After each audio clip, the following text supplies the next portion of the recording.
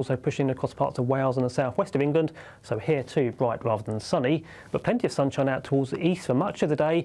The showers towards the northeast start to ease, certainly into the afternoon. The winds ease down too, so plenty of fine weather to end the weekend. But notice later, thickening cloud bringing some outbreaks of rain in across westernmost spots, so Northern Ireland and the west of Scotland getting off to a fairly damp end to the day. And the temperature struggling in the north no better than 7 to 9 degrees, down towards the south 10, 11, locally 12 or 13. Into the evening, those outbreaks of rain in the west make further inroads across other western parts of the UK. The winds start to pick up from that southerly direction. Out towards the east, though, it's mostly fine to end the day. Plenty of fine weather with some clear spells. But things turning more unsettled into next week. But all the while, the temperatures start to climb too into the mid to upper teens, possibly up to 20 degrees in one or two spots midweek. Even though we'll see a cloudy start, it'll be a bright outlook for the rest of the day. Boxed solar. There's only luck. This is Britain's Newsroom, where your voice matters. It's just astonishing. With expert analysis and honest opinion, we don't just keep you informed. We bring you unique perspectives you won't see anywhere else. Can't argue with any of that. When the news happens, it happens here. On Britain's Newsroom, weekdays from 9:30 a.m. Only on GB News. It's Patrick Christie's Tonight, and here we do things differently. It's explaining the absolute madness of this, doesn't it? It's explosive. I mean, this is very good. It's lively. 850. Your government sat there, Sean, and it did nothing. It's controversial. And the Middle East has been in turmoil since before I was born. It's everything you need to kickstart your evening. Everyone's had their Weetabix tonight. I love to see it. That's Patrick Christie's Tonight, weeknights from 9 p.m. Only on GB News, the People's Channel, Britain's news channel.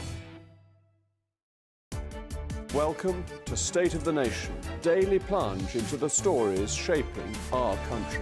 I'm Jacob Rees-Mogg, and Monday to Thursday we bring you the insights, the facts, the truth about how our country is being governed. Because what happens in Downing Street matters down your street. Tune in to State of the Nation every Monday to Thursday, 8 to 9 o'clock. Only on GB News, the People's Channel, Britain's news channel. Conservative MPs have finally chosen their top two for the leadership. And now, it's over to the members. Join me, Christopher Hope, on Thursday as Kevin Badenoch and Robert Jenrick are quizzed by Conservative Party members and myself at our GB News leadership event.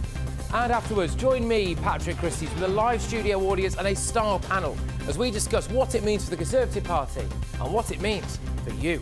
Decision time, the race to lead, from 7 p.m. this Thursday, only on GB News, the People's Channel, Britain's news channel.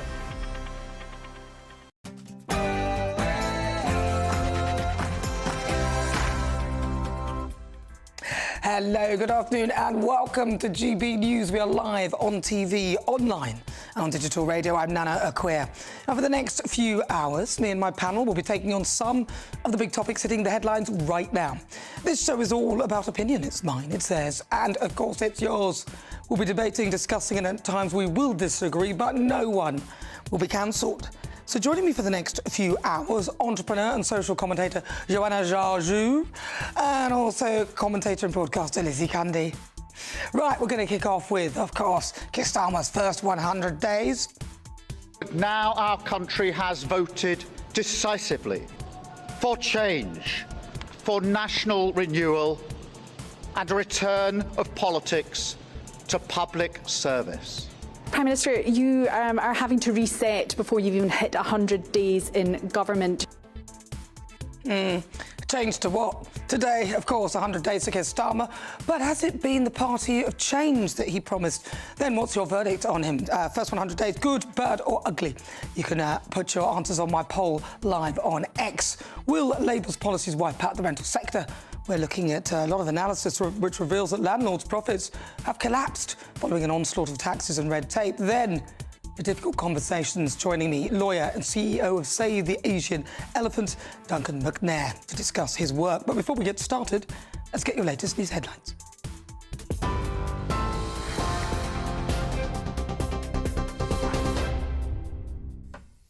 Nana, thank you very much and good afternoon to you. It's just coming up to 2 minutes past 3 and we'll start this hour with some breaking news just coming to us from the Channel Islands. We understand a person has died after falling overboard from a passenger ship near the Channel Islands. The Coast Guard say they received a distress call just after midnight last night and launched a rescue mission, including a helicopter, a rescue vessel and a lifeboat. The helicopter did, they say, retrieve the person from the sea, but they were sadly declared dead at a rescue centre they were taken to in France. Those teams in France and in the Channel Islands say the cause of the incident is now under investigation. We will, of course, bring any more details to you as they emerge.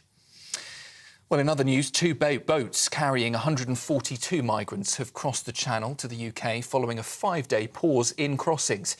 The latest arrivals come just 6 days after 4 people, including a 2-year-old, died when 2 boats ran into trouble off the coast of France. Those fatal incidents happened on the same day that 973 migrants crossed in 17 boats, the highest daily number this year. The Home Office says 26,754 people have now made that dangerous journey so far this year. That is up on last year's figure for the same period. 3 men have been jailed for the rape of a 13-year-old girl in Hammersmith. Paul Maxwell, Kayan Bowler and Jeremiah Jackson met the girl outside a tube station and lured her to Maxwell's flat where that assault took place. Police say CCTV footage, including a short video clip of the attack, were crucial in the investigation. Well, following a 3-week trial at Southwark Crown Court, all 3 were found guilty of rape. 24-year-old Maxwell was sentenced to 12.5 years behind bars, while Bowler and Jackson both received 11 years in jail. A member of Sinn Féin has resigned from the party after allegedly sending inappropriate messages to a 17-year-old. It's emerged the undisclosed party member was suspended in September last year and the incident was referred to the police and social services. We're hearing reports this afternoon that a UN peacekeeper has been hit by gunfire in southern Lebanon after Israel previously attacked 2 UN peacekeepers in southern Lebanon yesterday. Downing Street has reiterated calls for an immediate ceasefire across the Middle East, and EU member states, including Italy, France and Spain, have also jointly criticised Israel's latest actions, calling it a violation of international law. While the US is urging Israel to stop firing at UN peacekeepers during its conflict with Hezbollah in Lebanon. The boss of the company that owns P&O Ferries will now attend Sir Keir Starmer's investment summit, following a row over the Transport Secretary's comments. Louise Hay described P&O as a rogue operator and urged consumers to take part in a boycott. The company then threatened to shelve a £1 billion investment in UK ports because of those comments. There were reports the company had pulled out of the summit, but a government source has now told GBNews that DP World's chairman, Sultan Ahmed bin Salman, will now attend the global summit on Monday. And finally, Sir Keir Starmer has marked 100 days today since the Labour landslide win at the general election in July with a personal video message. But when his spokesperson was asked ahead of the big day if the Prime Minister thought it had been a successful start, he said, well, it's up to the public to decide. Speaking in an interview with BBC Newscast, he admitted, the Prime Minister that is, that he has faced choppy days in his first 3 months as Prime Minister. And then, in a video posted on social media, the Prime Minister addressed the nation and criticised 14 years of what he called Tory failure. Today marks 100 days of my Labour government. Before that, 14 years of Tory failure. 14 years is a long time to cause damage. 100 days isn't much time to fix it. I will level with you. The scale of the damage is huge, but I will take the tough decisions to fix the foundations of our country, to deliver the long-term change we need, the change that you voted for. The next 100 days starts now, and I won't waste a moment. Those are the latest headlines for now. I will be back with you in just over half an hour for another roundup. For the very latest GB News direct to your smartphone, sign up to News Alerts by scanning the QR code or go to gbnews.com/alerts.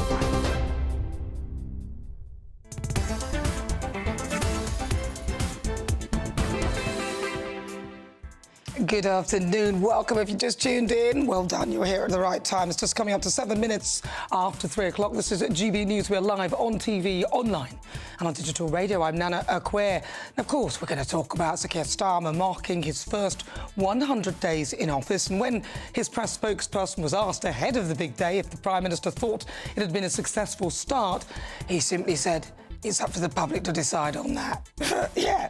Right, then, for the Great British Debate this hour, I'm asking, is Labour's approach to business naive?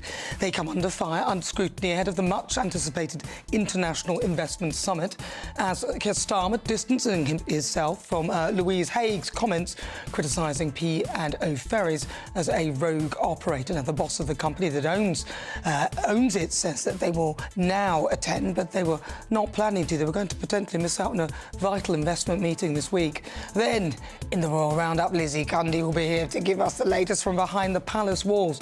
On the menu, King Charles says that he won't stop Australia from axing the British monarchy, and Lizzie Cundy was actually at that event that Meghan Markle was in with that awfully sort of updone Carolina Herrera dress.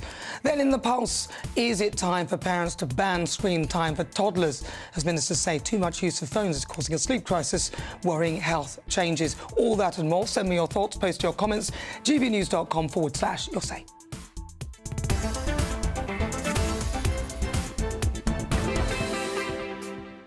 So today marks 100 days since Labour's landslide win at the general election in July. But has it been the change that the party promised? Despite the Prime Minister admitting that he's had setbacks, he's promised not to be knocked, of course.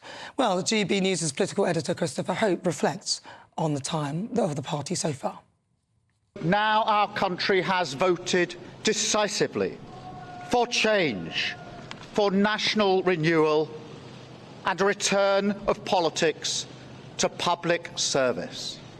That's what Sir Keir Starmer promised on the step of 10 Downing Street 100 days ago. It's been 14 years since the last Labour government. He promised an agenda full of ambition and plans to make a change. In recent weeks, his government has published its new employment rights bill, the introduction of GB Energy and lifting a ban on offshore wind. GB Energy will be an owner and investor. It will work with the private sector to build the clean energy we need, create good jobs like those here at Hutchinson, and generate a return for the taxpayer. But the first 100 days have not been the honeymoon for the Labour Party that many might have expected. First, the Chancellor, Rachel Reeves, reiterated the tough decisions she's having to take to fix a financial hole left by the last Tory government. Then, prisoners were released from jail early to ease overcrowding, and the government cut the winter fuel payment from millions of pensioners, sparking outrage across the country.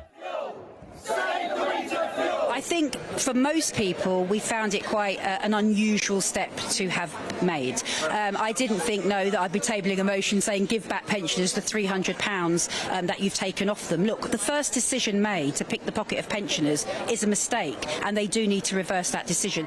Labour promised a new way of governing, but it looked like more of the same, as Sir Keir Starmer had to shake up his number 10 team, moving Sue Gray amid a turf war amongst top advisers.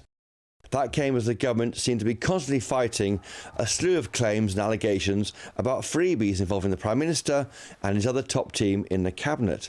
Prime Minister, you are having to reset before you've even hit 100 days in government. Your envoy for the regions isn't even here at this first summit. Is this embarrassing for you, and do you have a grip on what's happening in government? We've just had the first meeting of the Council of Nations and Regions.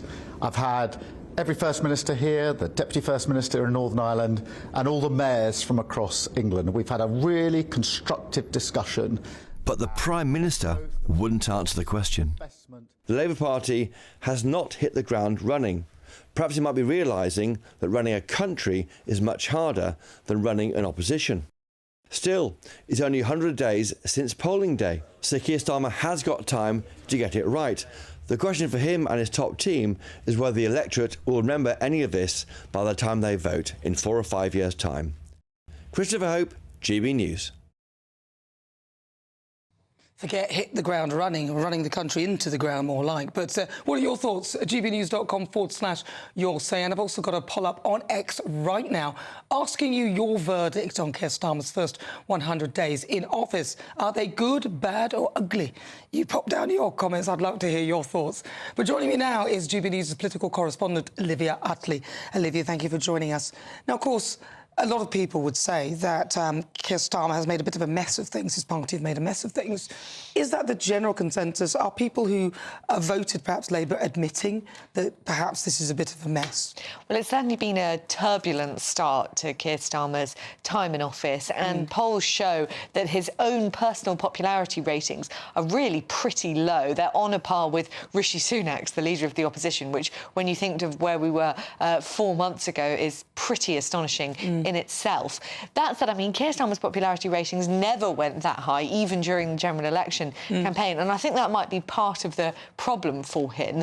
He didn't come into power on a kind of wave of personal approval like Tony Blair in 1997, and that comes with problems. His MPs don't really feel as though they owe him their seats. They sort of feel as though Labour won the general election, or at least Labour won the general election in part because the Conservatives were so unpopular, not because of Keir Starmer. So that is a bit of a problem for him. As Chris Hope said in his package there, I mean, whether all of this will matter in sort of 4 or 5 years' time when the electorate has their say, but it certainly is a very, very rocky start. And there were some errors which were not of Labour's making. Keir Starmer talks about headwinds being buffeted by sidewinds in that little video, and it is true that some problems have come from the outside. So the riots that took place in August were a real curveball for the Prime Minister, not what he was expecting just 1 month after taking office. But there have been some unforced errors as well. Of course, the freebie scandal, which the Number 10 operation allowed to go on and on and on, finally culminating in the removal of Sue Gray as Keir Starmer's chief of staff, to be replaced with Morgan McSweeney, who is much more has much more of a political instinct.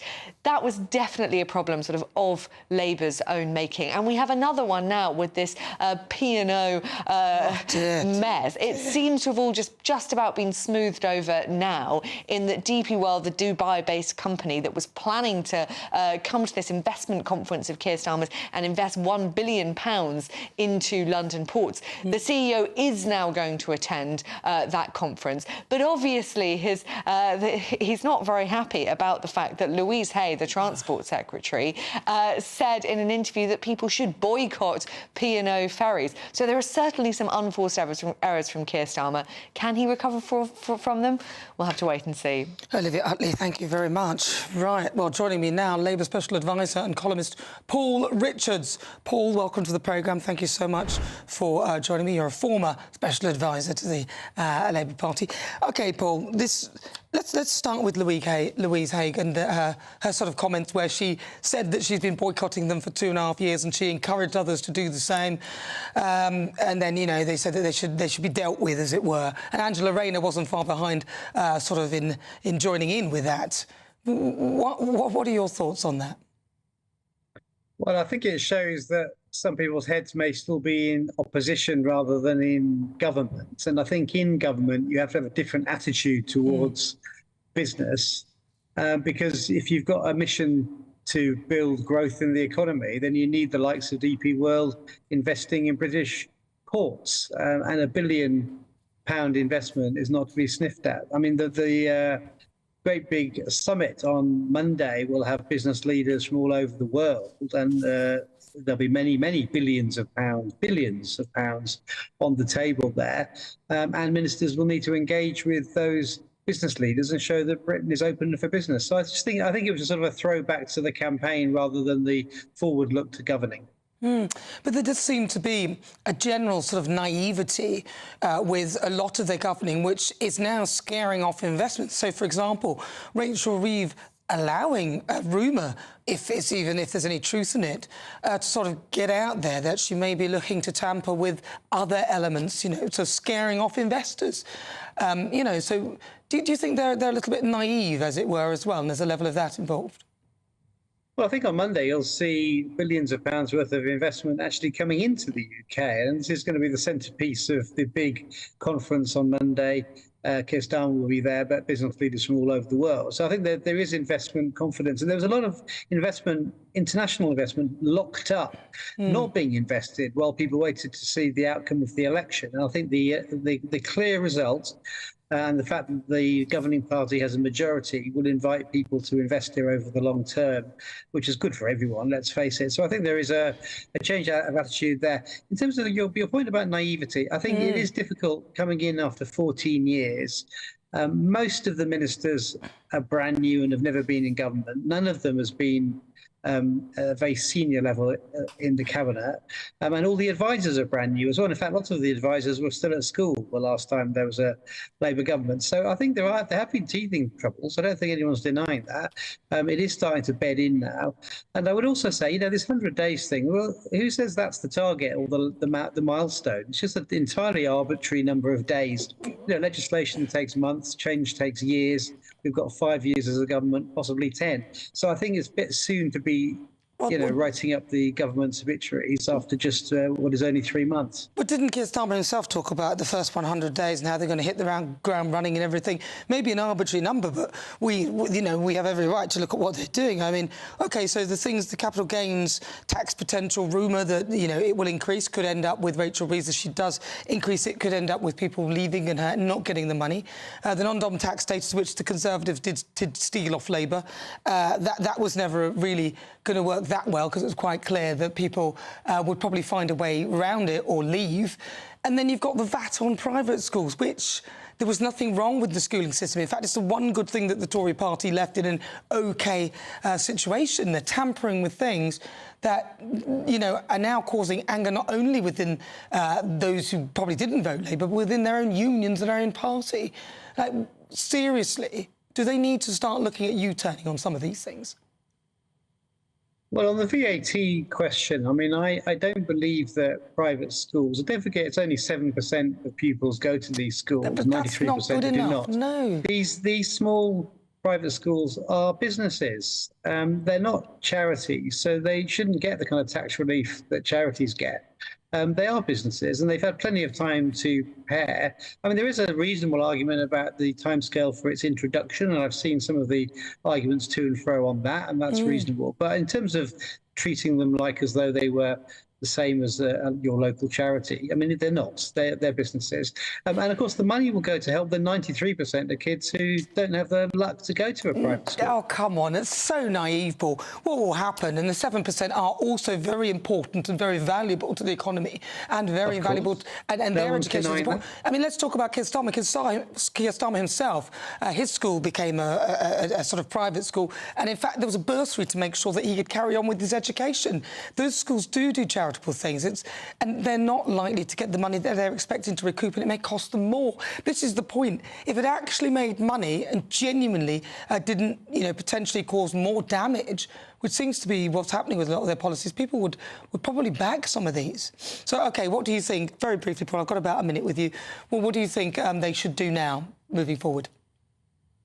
Well, they've got to show rather than tell. So I mean, we do need some delivery over the next 100 days. And I think, you know, the announcements that we'll see on Monday of money coming into the country needs to be spread throughout the nation, not just in the southeast and London. There needs to be a grip on the government's dealings and the way it's run. And we need to get rid of all the froth about expenses and all this stuff and actually show people that we mean business and we can run the country. And that's the task ahead now for ministers. And they know that, and we know that. Well, that's what we'll hold them to account on. Right, well, Paul, thank you very much. Really good to talk to you. The former Labour Special Advisor and a columnist. That's Paul Richards. Welcome if you just tuned in. Where have you been? This is GB News. We're live on TV, online and on digital radio. Coming up, is Labour's approach to business naive? Future investment could be at risk. But next, sticking with the Labour Party, of course, for the Great British Debate this hour, I'm asking, what's your verdict on Sir Keir Starmer's first 100 days?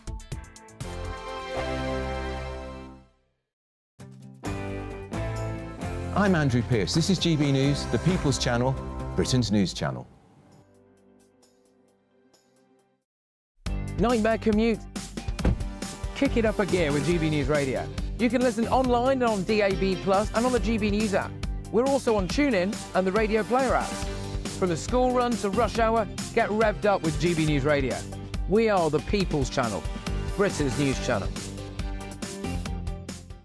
This is GB News, Britain's news channel. True crime is everywhere. Yep, next weekend, CrimeCon UK takes place in London.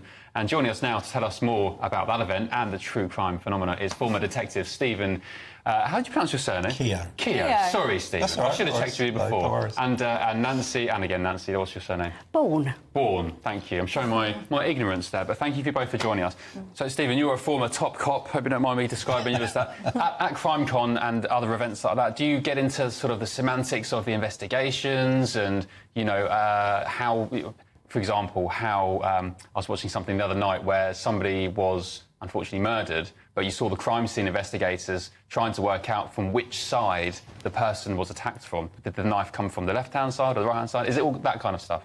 So for me, everything I've done since I've left the police is about sharing that knowledge of investigations, because if you watch TV, they get it wrong a lot.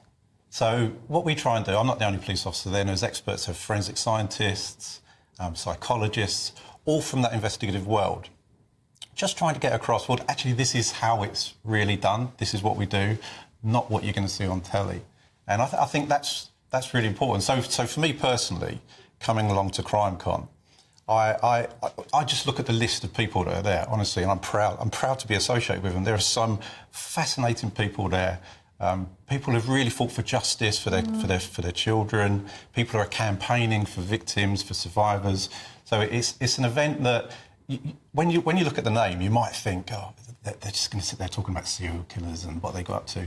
Couldn't be further from the truth. It's really about what goes on, how it impacts the victims, how the investigations are carried out. It's educational as much as anything.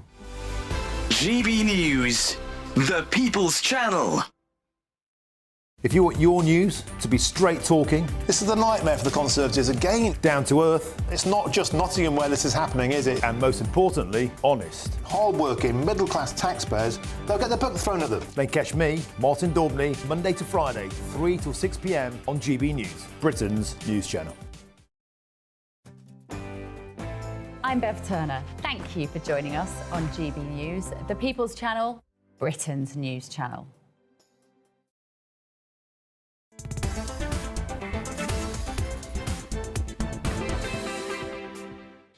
24 minutes after 3 o'clock. Welcome. This is GB News. We are Britain's news channel. I'm Nana Akua. It's time now for the Great British Debate this hour. And I'm asking, what's your verdict on Sir Keir Starmer's first 100 days? Now, of course, the Prime Minister has not had that much of a smooth start. His team have obviously tried to help out, but sadly, he's even lost Sue Gray, or she's there, but she isn't.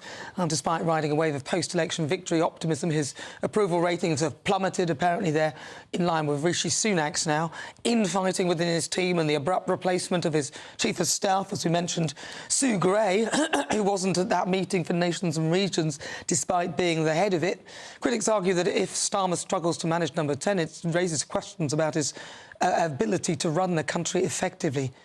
So what do you think? He's sort of framing this as a mere blip, but he's hoping that a decade of national renewal would ensue. What do you think for the Great British Debate this hour? I'm asking, what's your verdict on Sir Keir Starmer's first 100 days? Good, bad or ugly?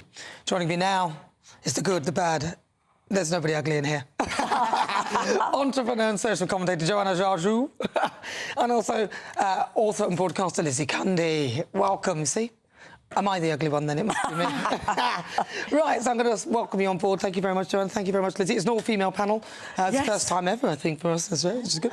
Lizzie Cundy, I'm going to ask you, OK, so Keir Starmer's first 100 days, your verdict. Well, I think there's extracts of a new book coming of how to self-destruct in 100 days. It is like the worst. I think, honestly, Homer Simpson could do a better job. Honestly, Nana, I am appalled. And he's trying to reset the button button.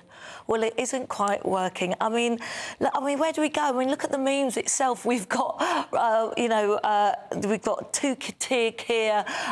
We've got all the ones about Rachel Thieves. They're coming thick and fast. People are actually laughing at them, and it isn't funny. What he's done, this 22 billion black hole, what is that really about? They're not showing the evidence for it. What they've done to the pensioners, favouring the unions ahead of them. There are so many things. What you said about the private schools, I think, is appalling. That what they've done there on the VATs and the tax hikes that are coming. No wonder a lot of the wealth is leaving this country. I'm really scared and worried for this. Joanna, what it will be. I really think that a lot has been blown out of proportion. So, for example, the whole freebies thing has been blown out of proportion. Really? I think so, yeah. I think that when you compare it to the previous government, if we're really going to talk about sleaze and things like that and cronyism or whatever, I don't think anybody could be beaten on that front than the Conservative government. When you look at the PPE scandal, the stuff about Greensill, even with David Cameron and Rishi Sunak, there is so much more. I think that where Labour have struggled in their first 100 days is mainly on the optics and the politics with a small p, really. I don't think they've been able to kind of communicate their actual wins, things like Great British Energy, the things about renters reforms and all of those great policies. And I think that that's actually been kind of overshadowed by silly things that, unfortunately, the media have taken and run with. I'm not saying that, it's perfect that they were taking gifts or anything like that. And I think that, Keir Starmer, in a sense, set himself up to fail because when you're in opposition, you're painting this kind of holier-than-thou kind of image. Which then you have to hold yourself to that standard. But I still don't think it's anywhere near as bad as what we saw previously. So look, let's be honest here. It's the first 100 days. Let's forget the Tories. Nobody is saying that the Tory party did... they were disastrous, hilarious. If I mention them, I can't help but laugh, especially some of the things they were doing towards the end. The 5 families is one of them. But look, let's talk about those freebies. They made out that they are holier than thou and that they would change. Change was the big word. It's no change at all, though, is it? It's not so much the freebies, it's more the hypocrisy that people can't stand. And also GB Energy, well, carbon capture, which is what he's talking about, Ed Miliband, it's failed in other places. It's been a disaster. And they could simply potentially plant more trees. It doesn't really make much sense. Yes. And also the renters reform that you mentioned. Jazz Aswell. Labour MP for Ilford South. Biggest landlord in the Commons. Dodgy as hell. 15 properties, at least half of them do not have the licence that he implemented himself. When he's head of the council. See, this is... You're talking about these are actual things that's going on within the Labour Party within 100 days. Look, I'm not saying that they've been perfect by any means, but I really don't think it's as bad as what people are making out. And I really do think that people are blowing it out of proportion. Things with GB Energy, that's actually important, whether you believe in carbon capture or not, or whether you think that it's been successful somewhere else or not. The main problem is the fact that we don't do enough long-term planning in this country. And we see, the effects of that when it came to the war in Ukraine as well, in terms of energy security. Somebody has to do something, and it has to be done in an efficient way. We've seen, other countries focus on that. America now, even if something blows up, well, that's probably the wrong word to use, but if something escalates in the Middle East, they're in a much more comfortable situation than we are. So sometimes we can write off these things just because it's got green attached to it, but actually... So you're happy with the pylon in your backyard? I think where you're making the mistake, and the Labour Party, is that you're not reading the room. People are really upset about these freebies. They really are, because they have said they're this, as Nana said, holier-than-thou party that can do no wrong. Look at us, we're going to take out the cronyism. They have been so hypocritical. The amount of freebies, it's a total embarrassment. And he's trying to track now, giving back, I'll give back $6,000, I won't pay for the Taylor Swift tickets. It makes a mockery of this government, and people but she also got just don't trust him. A royal escort, though, as well, the blue light of Taylor Swift, after she'd given the Home Secretary Yvette Cooper and Ed Balls some tickets. I don't think that it was kind of like a like-for-like situation. I don't think the two things are linked. Maybe it wasn't, but she's a massive internet. I just think people are kind of drawing false equivalences with these types of things, making it seem as if, one thing is linked to the other just because you happen to go to a Taylor Swift. But Rayner's in his multi-million-pound apartment in New York. Well, there's one thing after another. No, but you've got to think as well, all of the stuff that we've had in terms of terror threats and things like that associated with Taylor Swift, I think that, you know, it's the best thing for the country to do in terms of just making sure that we don't have some sort of international incident, basically, about one of the world's biggest stars. Hold on. So you're happy to link the Tory donors with, you know, PPE and all the scandals there, but when it comes to a level of nepotism, which appears to be seen in this Taylor Swift thing, this one is totally disassociated. Because, you see what I mean? Like, those people who did PPE contracts or whatever, you're saying that actually that was terrible, but there's no link with Taylor Swift tickets and these MPs. I'm just saying that you seem to be OK to link those two things, but you're not prepared to see the obvious link with this. There's a like thing. You're my mate, so I'm going to give you this multi-million-pound contract. That is of much bigger value. I really don't think that, you know... Well, Taylor Swift brings in billions to this country, actually. OK, but then what's that got to do with the actual tickets? Well, it means that she now gets private protection, which, you know, that... She should, I think, no, but maybe she should or she shouldn't, but the point is it seems somewhat convenient that this has happened after many of them have received tickets from her concert, tickets that are like gold dust to get hold of. See, there's the equivalence I'm putting there is the fact that you're prepared to disassociate that from any sort of cronyism or nepotism. You know what I'm saying? I don't think this is unique. No, this is where you've got it wrong, and this is where Keir Starmer's got it wrong, because people just can't trust you now. They cannot trust what he says. Look, he goes against everything he said he stood for. No, he's a hypocrite, and they all are, I'm afraid to say. In the grand scheme of things, look, I do understand why people are frustrated. I see the hypocrisy. I'm not going to sit here and pretend that there isn't that. But at the same time, in the grand scheme of things, why aren't... I mean, I get, you know, if people made a bigger thing of the winter fuel allowance, I would rather focus on that, for example, if people disagree with that, rather than pretending as if this is some huge thing, especially considering the value of the gifts. OK, well, I don't know whether it's to do with the value, but I believe it's more to do with the hypocrisy of it all, when you're going to stand on a plinth of sort of holier-than-thou, and then it turns out that you're just as bad, if not worse. But what do you think? GBNews.com/You're Say. You're with me, I'm Nana Akua. This is GB News. Coming up, there's always something going on in the royal household. This week, it's been no different. Lizzie Cundy will give us an update. But first, let's get your latest news headlines with Sam Francis.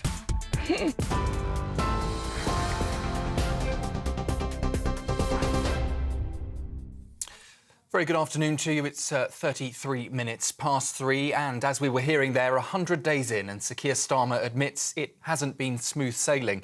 In a video posted on social media, the Prime Minister's been reflecting on Labour's landslide win in July, but acknowledged the choppy days since taking office. When asked if he thought his start had been successful, his spokesperson said, well, it's up for the public to decide. Sir Keir Starmer's also used the landmark to criticise 14 years of Conservative rule, calling it a period of failure. And despite challenges with his party's management and slipping poll numbers, he's vowed to press ahead with Labour's agenda. Today marks 100 days of my Labour government. Before that, 14 years of Tory failure. 14 years is a long time to cause damage. 100 days isn't much time to fix it. I will level with you. The scale of the damage is huge, but I will take the tough decisions to fix the foundations of our country, to deliver the long-term change we need, the change that you voted for. The next 100 days starts now, and I won't waste a moment. P&O Ferries owner will attend the UK Investment Summit on Monday, despite strong criticism from the Transport Secretary Louise Hay. Sultan Ahmed bin Salayem is set to join the event, which showcases Britain's appeal to investors. The Transport Secretary had called for a boycott on P&O after it sacked 800 British staff last year, a move she described as a national scandal. Reports suggest her remark may have jeopardised a £1 billion investment in the UK.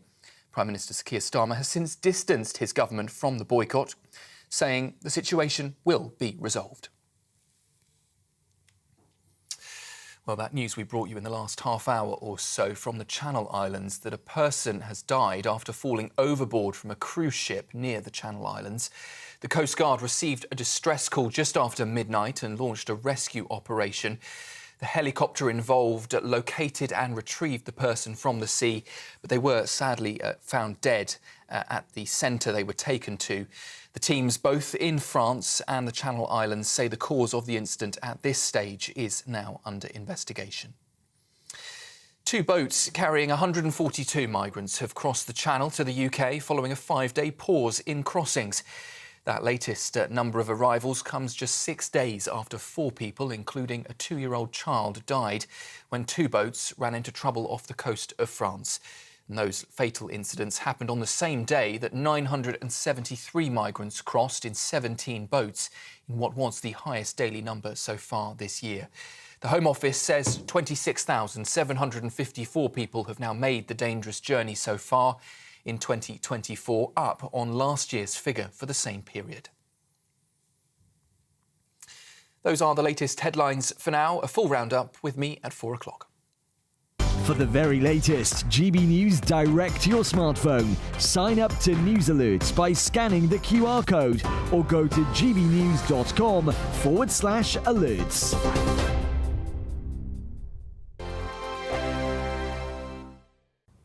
Hello, here's your latest weather update from the Met Office for GB News. We'll see rain clearing eastwards across the UK over the next 12 hours or so, followed by a chilly night and then mostly fine conditions tomorrow. Low pressure's in charge at the moment, centred towards the north of the UK, but it's starting to pull away towards the east now. A small ridge of high pressure coming in for the west, promising a quieter end to the weekend. But as we head into the evening, we hold on to quite unsettled conditions across the north and northeast especially. Quite a brisk northerly wind here, lots of showers around, some winteriness across the mountains of Scotland. But those do start to ease from the west, so overnight the showers become increasingly confined towards the north and northeast of Scotland. Elsewhere, clearing skies and certainly turning quite chilly by Sunday morning. A touch of frost, especially towards the north of the UK.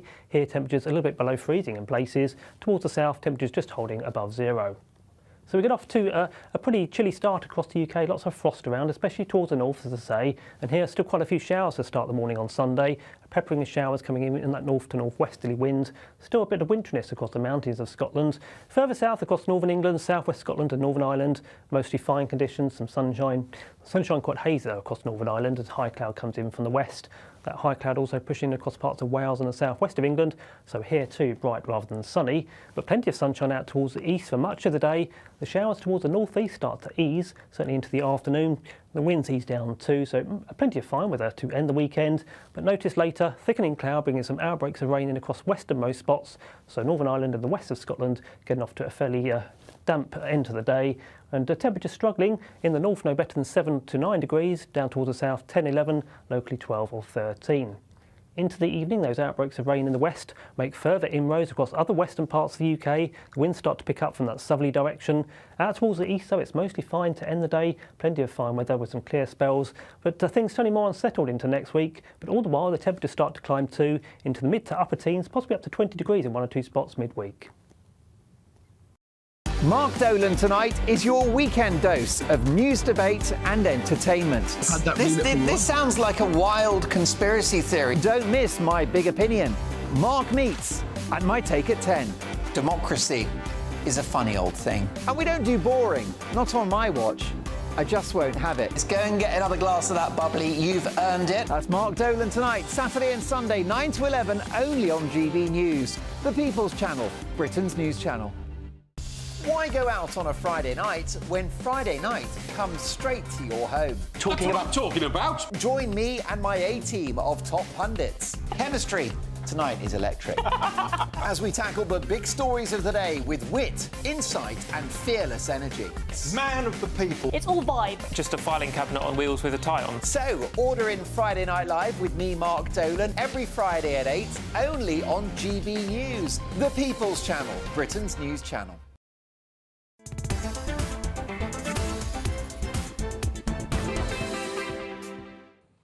Welcome back. It's just coming up to 40 minutes after 3 o'clock. This is GB News. We are Britain's news channel. I'm Nana Akua. Now, there's always something going on in the royal household, and this week has been no different. And each Saturday, I love to give you a rundown, and who better to do so than the lovely Lizzie Cundy. Lizzie. Yes, Nana. Really good to see you on this one. Good to see you. Yes, indeed. Now, where do you want to start? Because last week we saw you in pictures in the Daily Mail and all the other newspapers and magazines, and you were at the same bash in LA with Meghan Markle. Yes, I bet she was delighted to see me. Yes, it's one of the biggest charity events in Los Angeles. It's called for the Children's Hospital LA Gala, and it only happens once every 2 years. You have the Hollywood elite are there. Wow. And it's the event to be seen at. So there were the names like Jamie Lee Curtis that were speaking, and we were all on the red carpet at the time, the VVIP, very special section, and there was security that came through, and it was like huge. I thought it's either the Obamas, it's Harris, it could even be Trump. But no, it was Meghan Markle in a very similar dress to what I was wearing, actually. Yours was nice. Well, that's very kind. Hers was a lot more expensive. But it was the security, people saying, get out the way, get out the way. And there was Meghan, and everyone looked very shocked to see her there. We were kind of hoping she was going to do something for the charity, get on stage, do a speech. But it appeared just to there to do the photo opportunities. So she wasn't there for that long. And it was a funny scene where a lady asked her to do a selfie with her, and her face looked like she'd swallowed a wasp. She didn't want anything to do with anyone. Did she do the selfie? No, she didn't do this one that I saw. So it just appeared that she wants to be seen at the right places.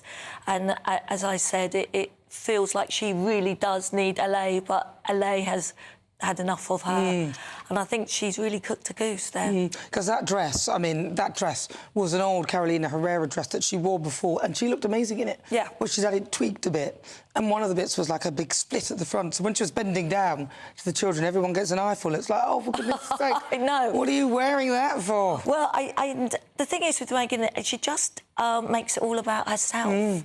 And this is about the Children's Hospital does so much great work, this charity for the children. And Meghan always tends to make it about Meghan. And that's... People are tired of it. And I said on the table, I was with one of the big sponsors, how do you feel about Meghan being here tonight? And they said, you know, it's a shame she doesn't make it about the children. She makes it all about her. And the other stars are so gracious, you know, real Hollywood elite.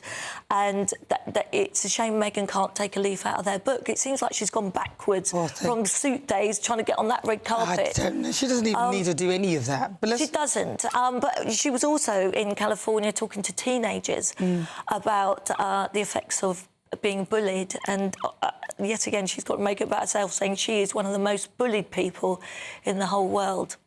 So I think there's a bit of a difference for getting genuine criticism, which is legitimate, than to being bullied. And I think... Although if you get a lot of it from lots of people from lots of different angles, she could argue that would potentially feel like bullying. But a lot of it she's brought on herself, which is really very sad. And I think when you're talking to teenagers, you've got to, you know, that have been through bullying, you've got to look at what they've gone through. Yeah. Well, let's talk about King Charles now. He said that he won't stop Australia from axing the British monarchy.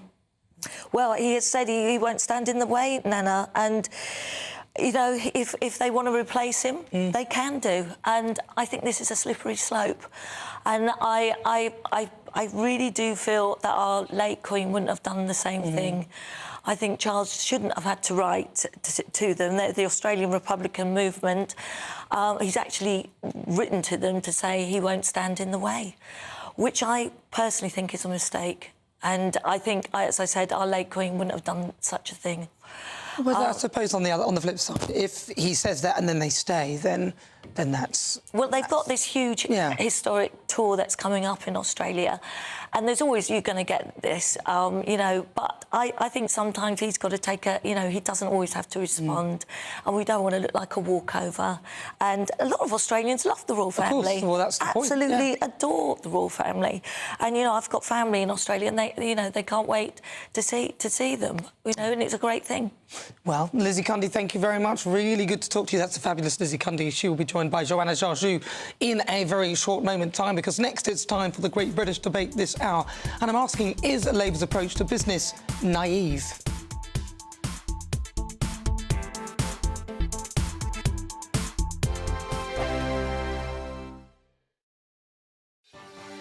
Martin Daubney, weekdays from 3 p.m. We shot with the London Eye in the background, so it's quite an iconic shoot to do my cover of the Playboy magazine. So, and you moved into the mansion for a while. Hugh called you the British Carmen Electra. You were one of his favourites, and it's renowned for its parties, of course, over there. You must have had a few of those. Must have been wild times. Fantastic parties, yeah. I mean, I met some incredible people. I will forever respect him and everyone at Playboy for the love and the support. And you were on giant billboards, you were modelling for Nike, for Reebok, you're earning thousands of pounds a day. Wow. Absolutely like living the dream in terms of a model's lifestyle, and then things began to change. Well, I've been living in Windsor for 4 years, and I can't get back into Windsor at the moment. The rents have gone ridiculous. I was paying $550 a month, and then the landlord just turned around one day and said I need to be paying $750. And I didn't really have a proper tenancy agreement, and I looked through it and I said, oh, can we get something in writing? And he was like, oh. So in the end, I wrote a tenancy agreement out from off the internet and I got it all signed. But then he went, if you're not going to pay the extra £250 a month, then you're going to have to move out. And I was like, well, you're going to have to give me 4 weeks. I can't just move out. I've got nowhere to go. And I think he thought he could just throw me out there and then. And he said, I've got someone that's going to move in that's going to pay £700-800 a month. So I went and got the 10, and I thought maybe this will be the way I can go for a few months or so, and it was still summer a few months back when I became homeless. So, I got the tent and I got all the cooking equipment and what have you from the money I got from some of the jobs I did. And I thought, you know what, I'm gonna go and be a free spirit for a bit, and I'm gonna have to just do my own thing. And you know what, it was the biggest mental relief to be able to have my own space. I mean, that was so liberating, absolutely. GB News, the People's Channel. I'm Christopher Hope. From pop stars to politicians, I'll interview anybody in a pub who's got a political opinion. Join me every Friday on Spotify, Apple Podcasts, YouTube or gbnews.com, or wherever you get your podcasts. This is GB News, the People's Channel. In the GB Newsroom, we bring you the news as it happens. With our team of dedicated journalists across the UK, we're ready to keep you up to date with what's happening every half an hour, every single day. Bulletins here on GB News, the People's Channel, Britain's news channel. This is Britain's Newsroom, where your voice matters. It's just astonishing. With expert analysis and honest opinion, we don't just keep you informed. We bring you unique perspectives you won't see anywhere else. Can't argue with any of that. When the news happens, it happens here. On Britain's Newsroom, weekdays from 9:30 a.m. Only on GB News.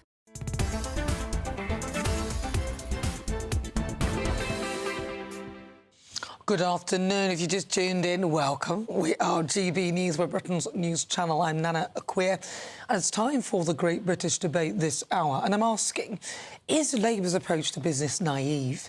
Now, the party have come under scrutiny ahead of its much-anticipated International Investment Summit. Notably, owner of the P&O Ferries pulled out of the event, but has now agreed to attend. This comes following the Transport Secretary Louise Haig's comments on ITV. They're a rogue operator.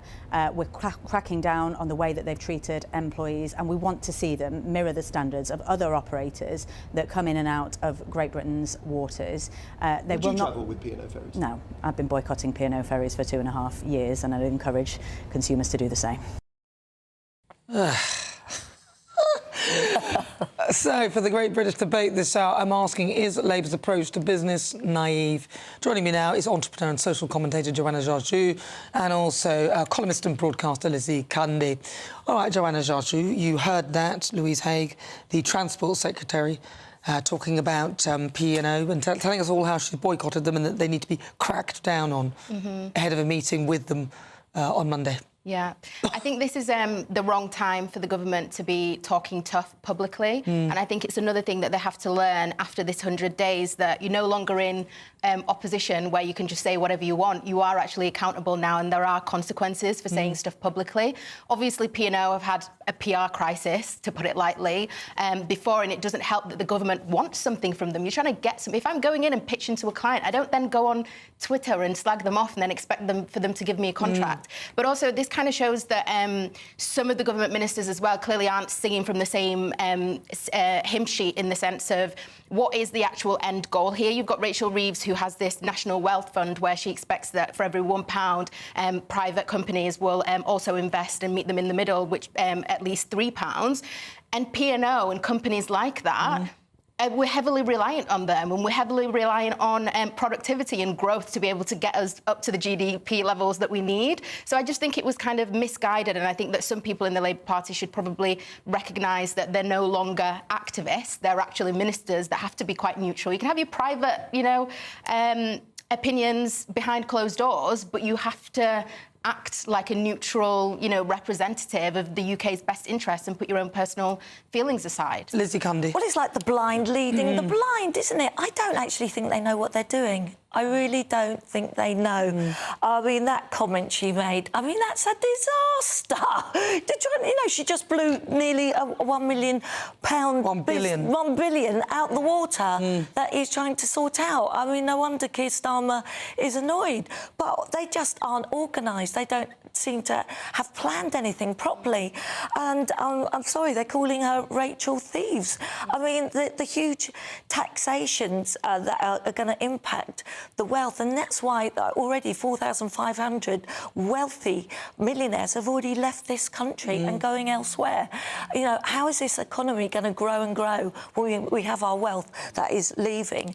And, look at us on the global stage. We've got there is Lammy saying outrageous things, turning up in a pair of sneakers that are grubby.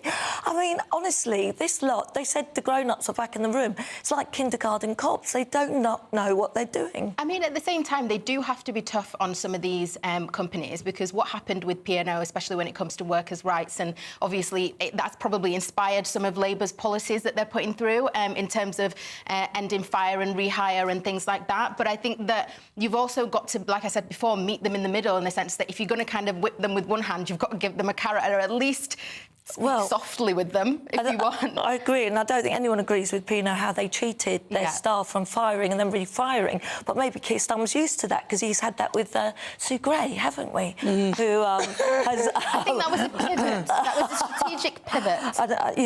And all of that, it's really been quite toxic. This 100 days has been a shambolic mess. I think he's the worst Prime Minister of our kind. Do you think that they're naive then? Because from what Joanna's saying, making stupid mistakes like this, these are silly mistakes.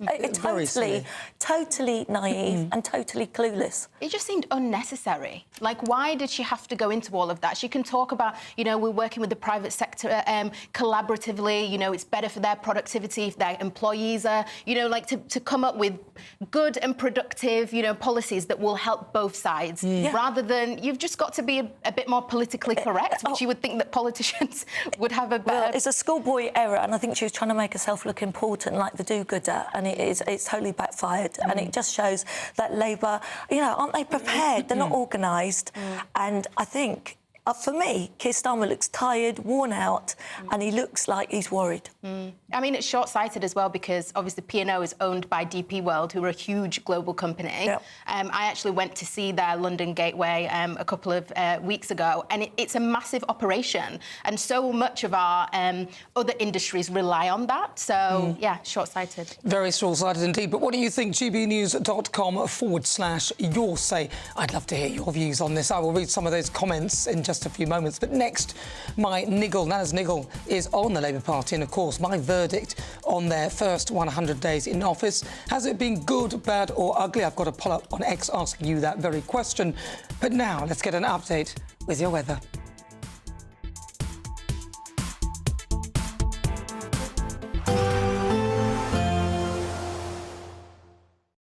Expect a warm front, moving from the kitchen right through to the rest of the house. Boxed Boilers, sponsors of weather on GB News.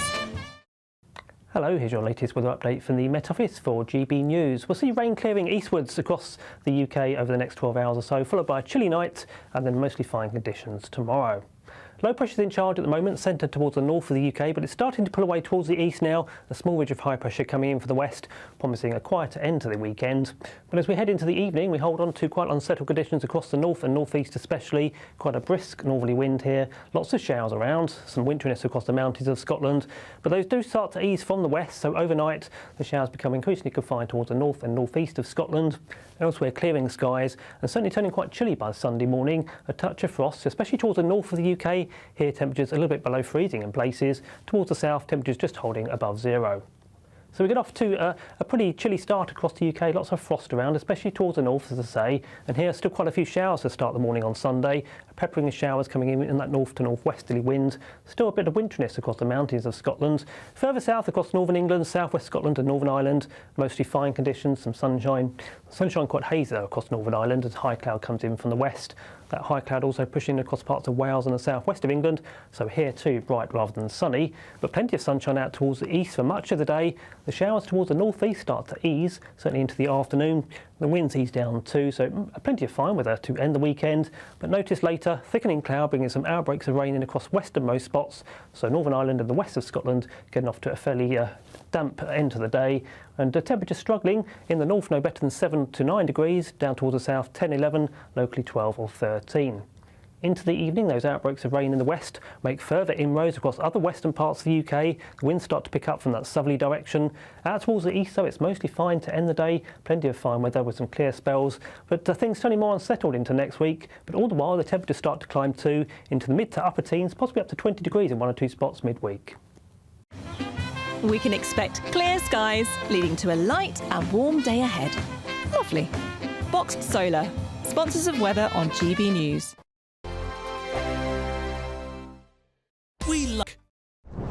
I'm Christopher Hope. And I'm Gloria DiPiero, bringing you PMQ's live here on GB News. Whenever Parliament is in session on a Wednesday at midday, we'll bring you live coverage of Prime Minister's questions. We'll be asking our viewers and listeners to submit the questions that they would like to put to the Prime Minister, and we'll put that to our panel of top politicians in our Westminster studio. That's PMQ's live here on GB News, Britain's news channel.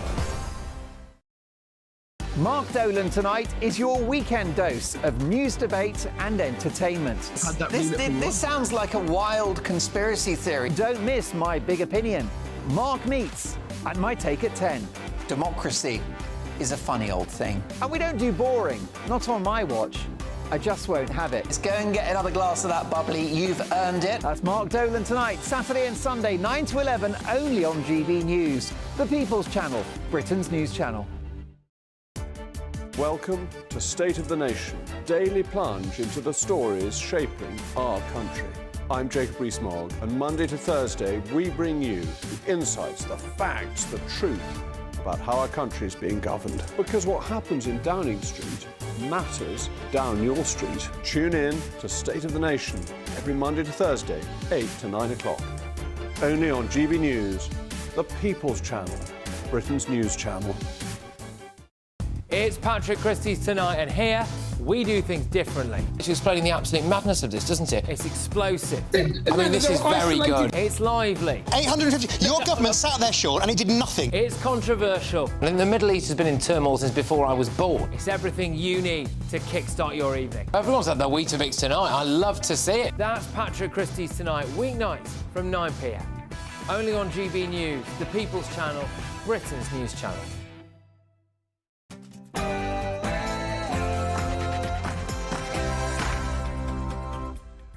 Hello, good afternoon and welcome to GB News. We're live on TV, online and on digital radio. It's 4 o'clock. I'm Nana Akua, and for the next 2 hours, me and my panel will be taking on some of the big topics hitting the headlines right now. This show is all about opinion. It's mine, it's theirs, and of course it's yours. We'll be debating, discussing, and at times we will disagree, but no one will be cancelled. So joining me today, it's broadcaster and columnist Lizzie Cundy, and also entrepreneur and social commentator Joanna Jarjou. Right, so of course we're going to be discussing the first 100 days of Labour. Now our country has voted decisively for change, for national renewal and a return of politics to public service. Prime Minister, you are having to reset before you've even hit 100 days in government. Yes, But are they the party of change? And if so, what are we changing into? This is what Keir Starmer promised. But what's your verdict on Labour's first 100 days? I've got a poll up on X asking you that very question. Good, bad or ugly? Then, will Labour's policies wipe out the rental sector? Analysis reveals landlord profits have collapsed following an onslaught of taxes and red tapes.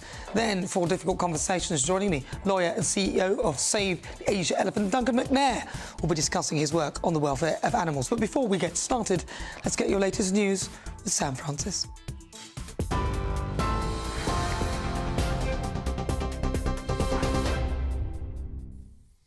Nana, thank you very much and good afternoon to you. Fast approaching 2 minutes past 4. Well, 100 days in and Sir Keir Starmer admits it hasn't been smooth sailing. In a video posted on social media this afternoon, the Prime Minister's been reflecting on Labour's landslide win in July, but acknowledged the choppy days since taking office. And when asked if he thought his start had been successful, his spokesperson said it's up to the public to decide. Sir Keir Starmer's also used the landmark today to criticise 14 years of Conservative rule, calling it a period of failure. And despite challenges with the party's management and slipping poll numbers, he has still vowed to press ahead with his agenda. Today marks 100 days of my Labour government. Before that, 14 years of Tory failure. 14 years is a long time to cause damage. 100 days isn't much time to fix it. I will level with you. The scale of the damage is huge, but I will take the tough decisions to fix the foundations of our country, to deliver the long-term change we need, the change that you voted for. The next 100 days starts now, and I won't waste a moment. P&O Ferries owner will attend the UK Investment Summit on Monday, despite strong criticism from the Transport Secretary, Louise Hay. Sultan Ahmed bin Salem is set to join the event, which showcases Britain's appeal to investors.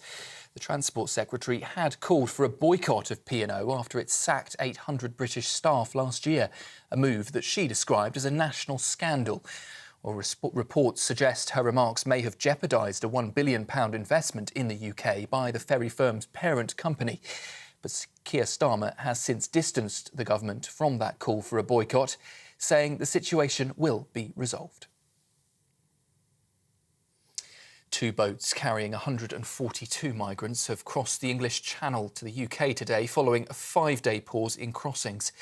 The latest arrivals come just 6 days after 4 people, including a 2-year-old child, sadly died when 2 boats ran into trouble off the coast of France. Those fatal incidents happened on the same day that 973 migrants crossed, the highest daily number this year. The Home Office says 26,754 people have now made the journey so far in 2024, up on last year's figure for the same period. A person has died after falling overboard from a cruise ship near the Channel Islands. The Coast Guard said it received a distress call just after midnight and launched a rescue mission, including a helicopter, rescue vessel and a lifeboat. That helicopter did locate and retrieve the person from the sea, but they were declared dead at a rescue centre taken to in France. Teams in France and the Channel Islands say that the cause of the incident is now under investigation. 3 men have been jailed for the rape of a 13-year-old girl in West London. Paul Maxwell, Keon Bowler and Jeremiah Jackson met the girl outside a tube station in Hammersmith and lured her to Maxwell's flat where the assault took place. CCTV footage, including a short video clip of the attack, were crucial, police say, in their investigation. Following a 3-week trial at Southwark Crown Court, all 3 were found guilty. 24-year-old Maxwell was sentenced to 12.5 years, while Bowler and Jackson, 29 and 24, both received 11 years behind bars. A member of Sinn Féin has resigned from the party after allegedly sending inappropriate messages to a 17-year-old. It's emerged the undisclosed party member was suspended in September of last year, and the incident was referred to the police and social services. In the US, the battle on the presidential campaign trail between Donald Trump and Kamala Harris has now turned to health. Harris's team has released her medical records showing she's in excellent health, hoping to draw a sharp contrast with Trump, who has so far shared limited details on his health. The Vice President's doctor says Harris leads an active lifestyle and her recent medical checkup was unremarkable. In contrast, Trump, despite being grazed by a bullet last year, has so far offered minimal health information, despite claims being in excellent shape. Harris's campaign is pushing to raise questions about Trump's fitness to serve. And finally, Sir Elton John has said he doesn't know how much time he's got left as he reflects on his own mortality in a new documentary. The film, Elton John Never Too Late, captures him preparing for his final North American concert, where he performed at the Dodgers Stadium in 1975. The 77-year-old star also speaks in the documentary about making the most of his time with his sons Zachary and Elijah, amid worries about his age. Those are the latest headlines for now. I will be back with you in half an hour. Now, though, it's back to Nana. For the very latest GB News direct to your smartphone, sign up to News Alerts by scanning the QR code or go to gbnews.com/alerts. Good afternoon. If you just tuned in, welcome. It's just coming up to 7 minutes after 4 o'clock. This is GB News. We're live on TV, online and on digital radio. I'm Nana Akua. Now, today marks the first 100 days of Sir Keir Starmer's government. Could they have done any worse? Remember this? You have given us a clear mandate, and we will use it to deliver change, to restore service and respect to politics, end the era of noisy performance, tread more lightly on your lives, and unite our country. Listen, I'm struggling to keep this just to a few minutes, but I'll give it a go. In no particular order, some highlights. Now, it started with riots, which is just a fact. People were jailed for hurty words and prisons were emptied early of some pretty unsavoury characters to make room. But guess what? Many of those unsavoury characters are already back behind bars. So what was the point? We've endured Freebiegate, Sir Keir Starmer accepting money for clothes, £16,000 of which he declared as money for his private office, and gifts. Angela Rayner, Rachel Reeves, all on the Lord Ali gravy train.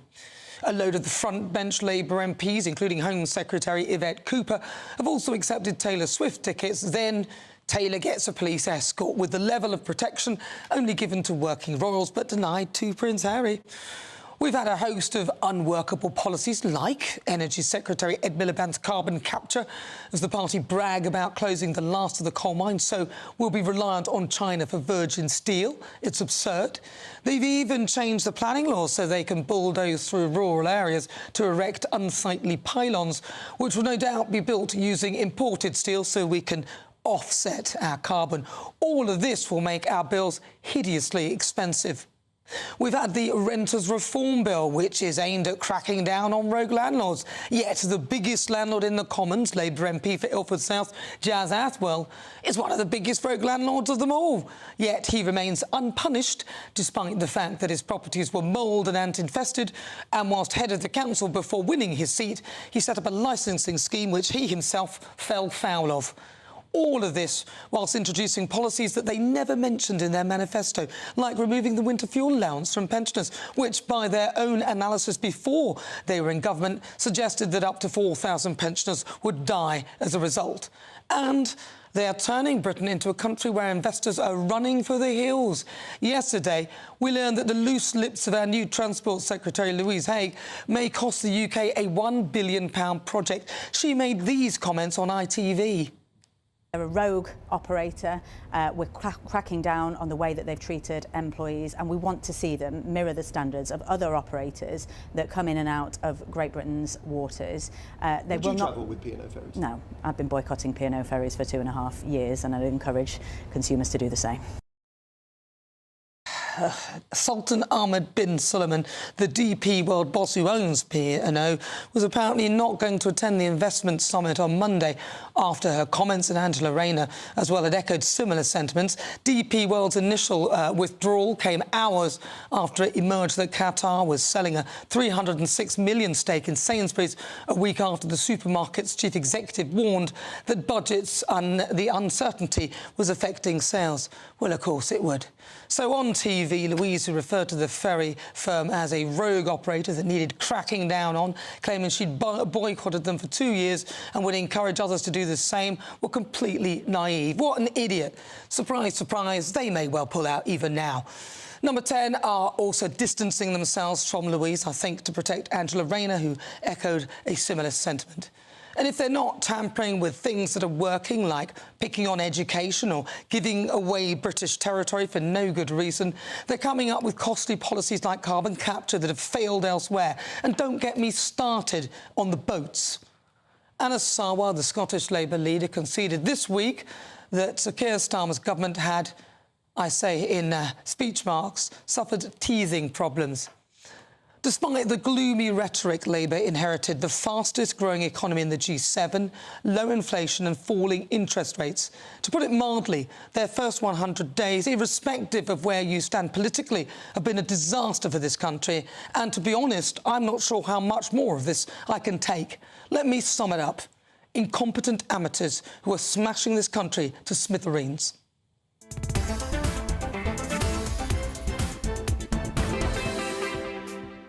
So before we get stuck into the debate, here's what else is coming up today. Sir Keir Starmer is marking his first 100 days in office when his press spokesperson was asked ahead of the big day if the Prime Minister thought it had been a successful start.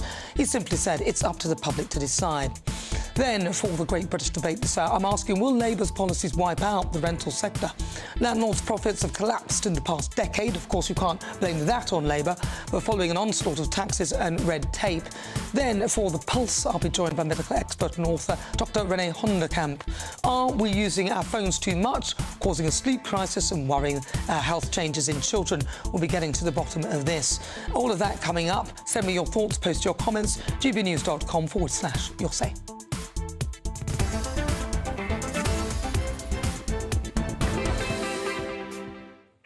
I'm joined now by Peter Edwards, former editor of the Labour List. Peter, was I being completely unfair and over the top?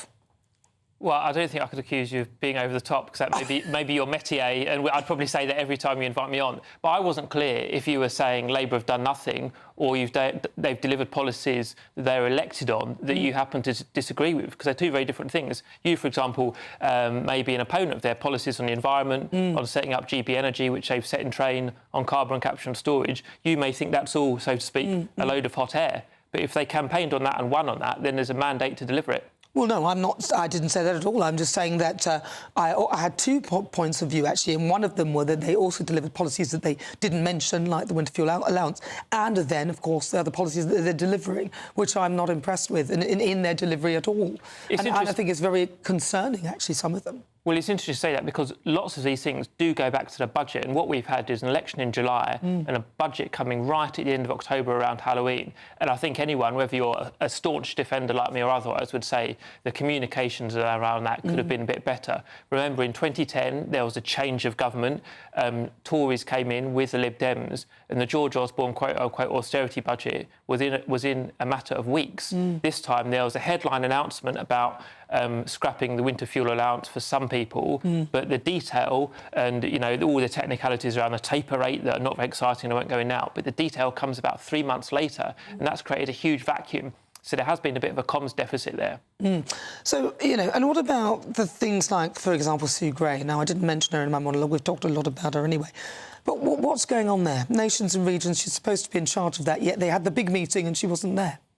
Well, she's left, I think, is a short answer. You think she's left? We've all been... definitely left. Well, and I don't claim to have inside knowledge, but the point is she had the role as Prime Minister's Chief of Staff to one of the most senior appointees in the country, and she's left that role. Now, remember, she had a senior role in Partygate when she was a civil servant, then she was in Labour in a short campaign. When anyone who's done a stressful job or a series of stressful jobs changes, they tend to have a few weeks off. And I've done that as well. I've been a chief executive somewhere and then had a breather and then done another role. But yeah, so she was on holiday when the first meeting of her new role, Nations and Regions Coordinator, took place this week. But the bottom line is that she's left the role of Chief of Staff. What I'd also say is I don't think people will ever vote on who the Prime Minister's Chief of Staff are.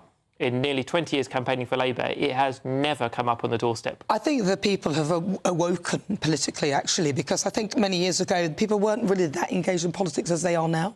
I think that the landscape has changed, and I also think there's less of a sort of a you know, your family voted Labour, so now you're going to vote Labour. There doesn't seem to be that anymore. People are now literally voting with their feet. And actually, within the party itself, some of the people within the party are actually complaining about their policies too, like the unions complaining about the winter fuel allowance, unions complaining about the VAT on private schools.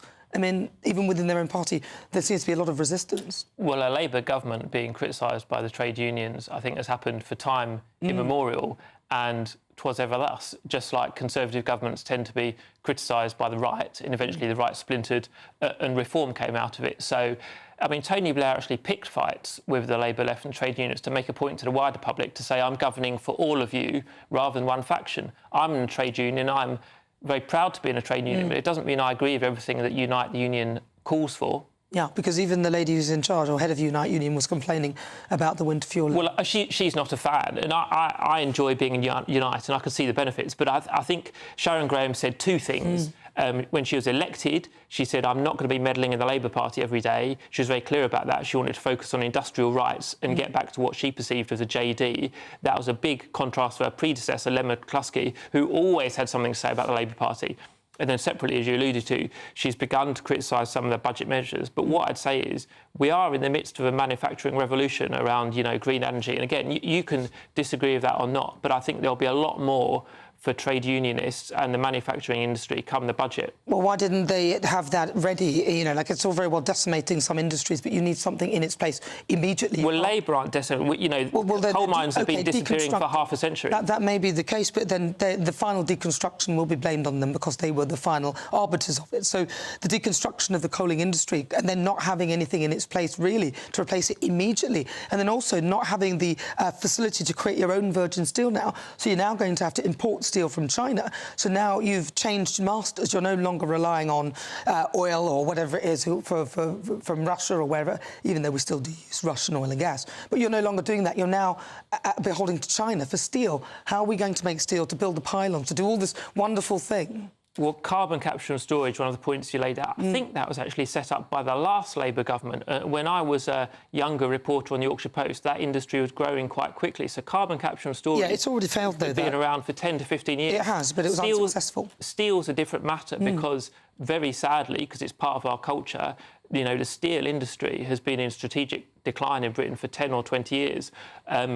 And I don't know enough to opine on the quality, but China are producing it cheaper, and that's a problem for the manufacturing industry. Well, we used to put tariffs on them, didn't we, so that we would try and use our own steel. So we tried to fudge the markets in a way, but to keep our own industries afloat.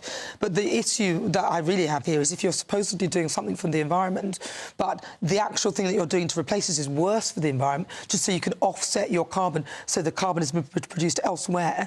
This is not... This is counterproductive. Which bit are you saying is worse? Well, I'm talking about steel, aren't I? So producing steel, in order to create virgin steel, which is the strongest type of steel, you need coal, OK? So China obviously have lots of coal fields and coal mines, and so we will be buying steel from China. The carbon that is used to make that steel will be offset on China's numbers, so then we'll now import that steel to the UK, and hey-ho, we haven't given away any carbon. See, this is my issue with it. It doesn't make any sense. Well, there's a broader question that I'm probably the worst qualified to talk about, which is how much we outsource emissions. If we make something, and we used to call them widgets, but if we stop making widgets and then buy widgets from another country, are the same amount of emissions being produced in a different part of the globe, and it all goes up in the same ether? You probably need someone with a PhD to answer that. It's worse, because you're creating it, then you're transporting it from one place, China, to the UK, so there's carbon emitted doing the transportation. So even if they both gave out the same amount of carbon, the one of them requires you to then import it, and that will require... You can do your eyes like that, Peter. Pulling my funny face. Do your funny face. case, Peter, but this is the fact. Listen, Peter, I could talk to you. There's a £1 billion industry around mitigations as well, on carbon offsetting. Whole companies have sprung up around that. Well, we'll probably be losing £1 billion. Thank you to Louise Haigh. Thank you very much, Peter Edwards. Really good to talk to you. Right, well, let's speak to GB News' political correspondent, Olivia Utley. Olivia, so let's talk Keir Starmer's first 100 days. Where are we with this? What are people saying? Well, it's been a pretty tumultuous first 100 days by any standards. Some of the problems that the Prime Minister has faced have really not been of his own making. Labour couldn't really have done anything about it. The riots, for instance, which took place in the summer just after he was elected. Sorry. And polls suggest that he dealt with that in a way that was pretty popular, whether or not our viewers agree. There have been some problems, though, which arguably are of Labour's making, or at least Keir Starmer did nothing to rectify the issues quickly. For example, of course, the freebies scandal, whereby Keir Starmer and other members of the government received tens of thousands of pounds in freebies from Lord Ali. That left them open to accusations of hypocrisy, champagne socialism, etc. And the problem for the Prime Minister is that row rumbled on and on. One possible reason for that is that Sue Gray was the Chief of Staff in Downing Street. If you speak to people in Whitehall, if you speak to backbench MPs, they say that Sue Gray simply didn't have the political nous needed to do that job. And that's why something like the freebie scandal was allowed to go on for so many weeks. She has now been removed from Number 10. She's been replaced with Morgan McSweeney, who led Labour's very successful, obviously, general election campaign. Keir Starmer is suggesting in the video that he released on social media to mark this 100 days that he's resetting from today and there will be a new tone for the government going forwards. But you don't really want to be needing to have a reset just 3 months in. As for his own personal popularity ratings, they have tumbled since he became Prime Minister and are now on a par with Rishi Sunak, leader of the opposition. That's pretty extraordinary where you consider where we were just 4 months ago. All right, thank you. The brilliant Olivia Utley there. Right, 2 minutes after 4 o'clock. This is GB News. You're with me. I'm Nana Akua. We're live on TV, online and on digital radio. Next, it's time for the Great British Debate this hour. And I'm asking, will Labour's policies wipe out the rental sector? Nightmare commute? Kick it up a gear with GB News Radio. You can listen online and on DAB+ and on the GB News app. We're also on TuneIn and the Radio Player app.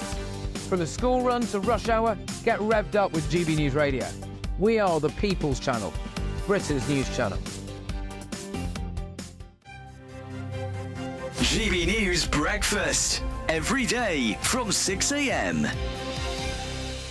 And we've got a treat, not only to have you here, but you've brought loads of exclusives for us this morning. Well, your chat with Robert Jenrick. Just for you, Ellie. Robert Jenrick, of course, is the front-runner to be Tory leader. He is now, yeah. Amongst Tory MPs, yeah. And he's been talking to us for my podcast, Chopper's Political Podcast, about immigration, about criminals being released from prison. Also, really importantly... most importantly, some would say. Yeah, biscuits. Now, biscuits. He was, I should explain to viewers, Robert Jenrick, during the COVID pandemic, had to pull together a hamper of goods for those isolating, and he put in a special biscuit. Yes. Here's what he had to say on the podcast. We'll move on to the future and what your plans are. Your biggest achievement in government, what do you reckon it was? I know what it was. Well, you go first. Yeah, custard creams. I thought you were going to say that I saved a penny. That was another one of our campaigns, yeah. But custard creams, briefly, I mean, you were the community secretary. You had to provide food boxes during the COVID pandemic, and what did you put into those food boxes? Custard creams, the people's favourite biscuit. What else is there? The people's favourite biscuit. Now, across the country... Yeah, well, Aidan.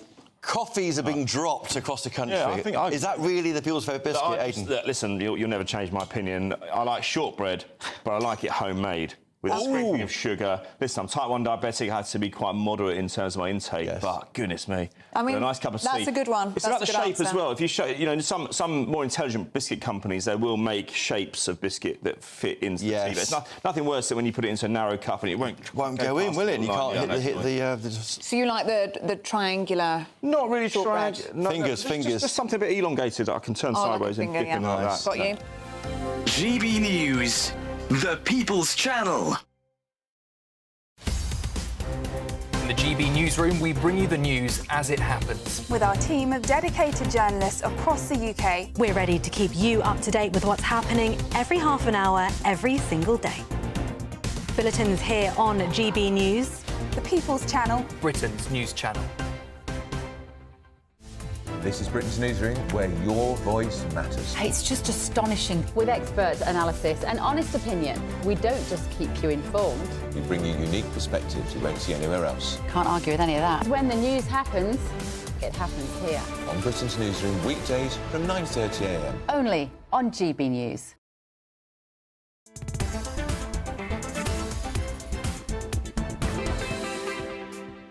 25 minutes after 4 o'clock. Welcome. This is GB News. If you just tuned in, where have you been? No, it's fine. You're here now. I'm Nana Akua. We're live on TV, online and on digital radio. And it's time now for the Great British Debate this hour. And I'm asking, will Labour's will they wipe out Britain's rental sector?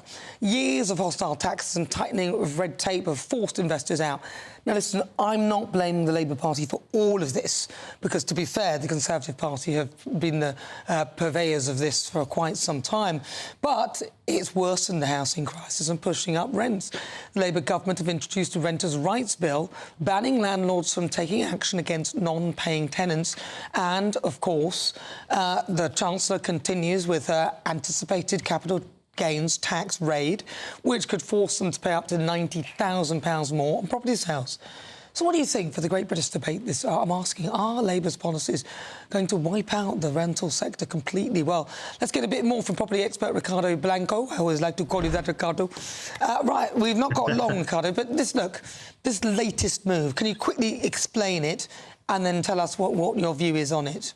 Yes, I mean, the Renters Reform Bill will the Renters Rights Bill, as it's now called, will essentially abolish no-fault evictions. It will also mean that tenants can give 2 months' notice, so effectively it creates 2-month-long tenancies, but otherwise tenants can stay as long as they want to. There'll only be one rent rise a year, and the tenant will be able to take that to a tribunal, and then the rent rise won't take effect until the hearing of the tribunal. So all tenants, I would have thought, will then go to tribunals because it will delay the rent rise.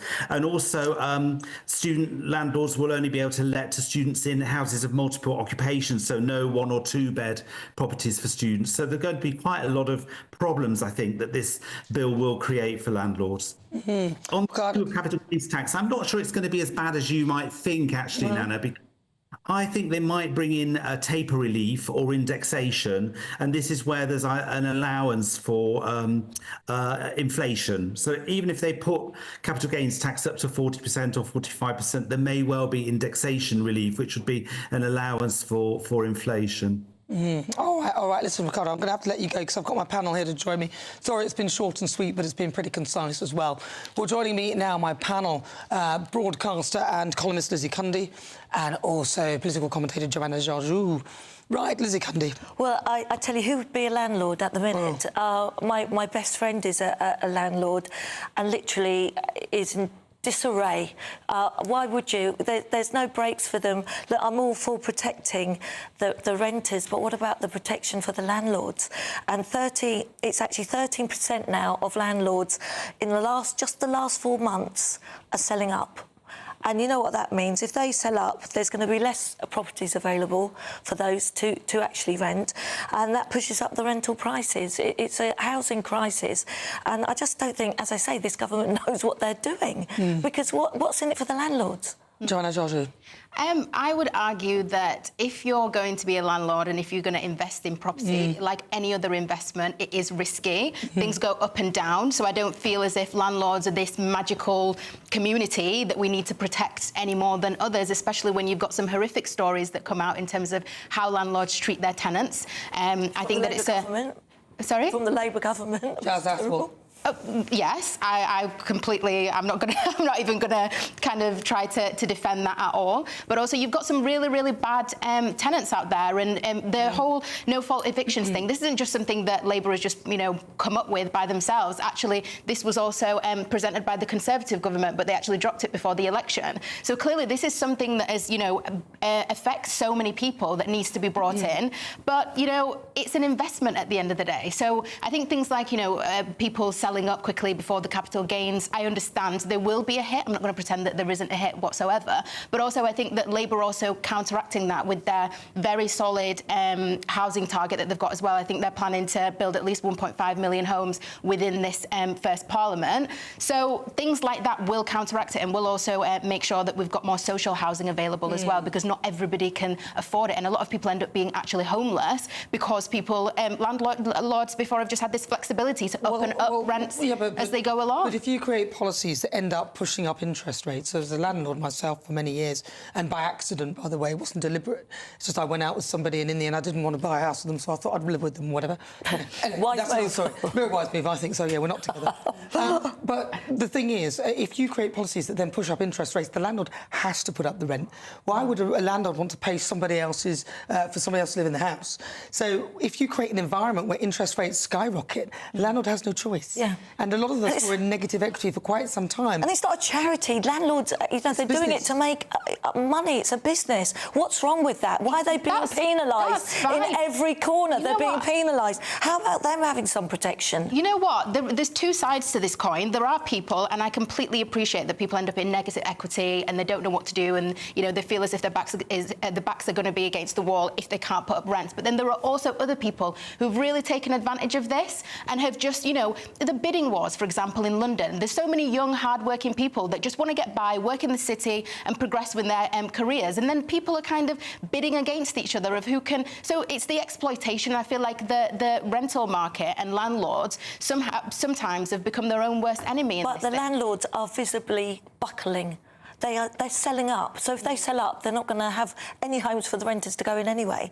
And it really is a slippery slope. And I don't think the Labour Party have thought this through at all. I do think as well, though, some people who are in negative equity, maybe they could be something. Don't come for me, landlords, but there is such thing as a bad investment as well. Like if you're not really getting your profits from it. I understand that interest rates have gone up and it's not ideal, and maybe something was a good investment when you were buying it, but clearly the yield wasn't as great as what you were. Sadly, the rogue landlords give the good landlords a bad name, and they're not getting a break. Well, listen, most landlords are small landlords. I think it's about 85% of landlords only have one property. They don't have lots of them, and most landlords are good.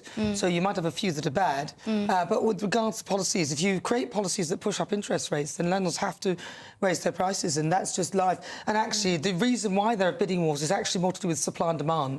So if you haven't got built enough properties or enough homes, or you allow immigration to go out of control, but they can afford to do this. If they meet their housing target, and if they, do a lot better on building houses than the Tories, then they'll be able to counteract that. One, I was saying that there'll be more social housing. Not if they don't deal with immigration. But listen, what do you think? gbnews.com/you'll say you're with me. I'm Nana Akua. This is GB News. We're live on TV, online, and on digital radio. Coming up, The Pulse with Dr. Renee Hunderkamp. But next, we've got loads more. But let's get your latest news headlines with Sam Francis.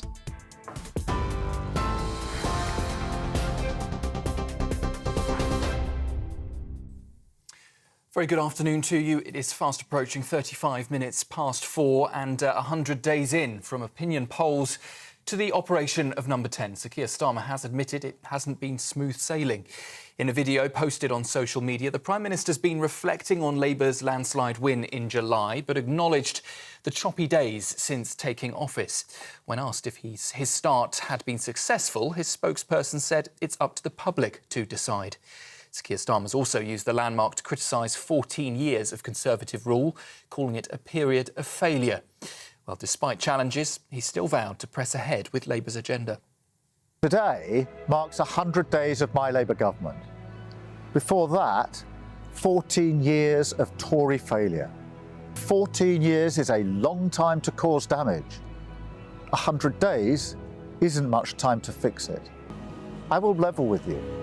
The scale of the damage is huge, but I will take the tough decisions to fix the foundations of our country, to deliver the long-term change we need, the change that you voted for.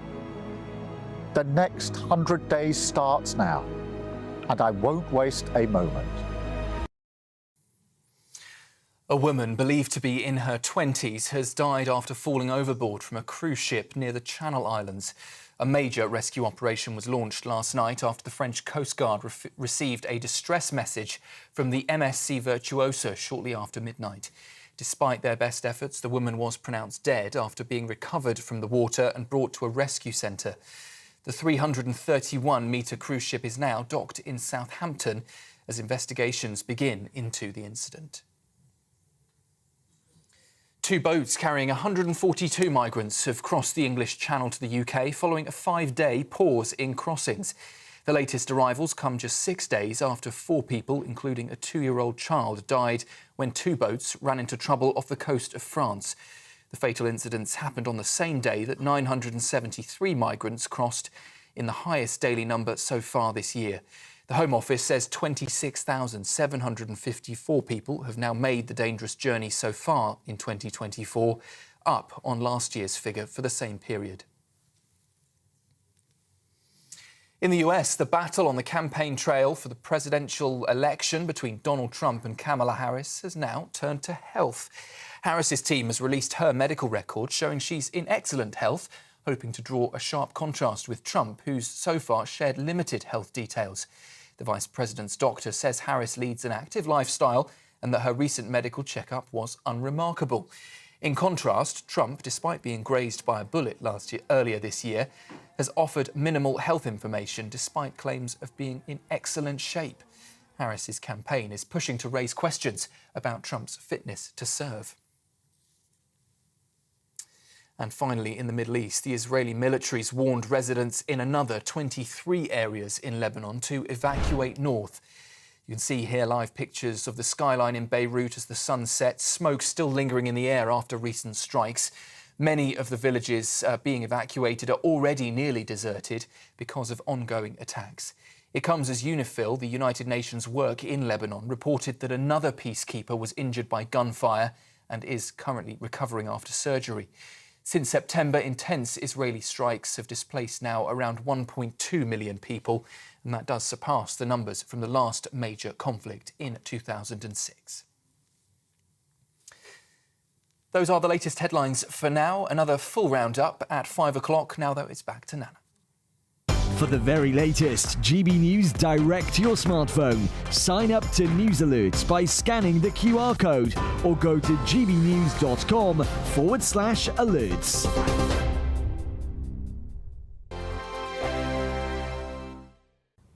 Hello, here's your latest weather update from the Met Office for GB News. We'll see rain clearing eastwards across the UK over the next 12 hours or so, followed by a chilly night and then mostly fine conditions tomorrow. Low pressure is in charge at the moment, centred towards the north of the UK, but it's starting to pull away towards the east now. A small ridge of high pressure coming in for the west, promising a quieter end to the weekend.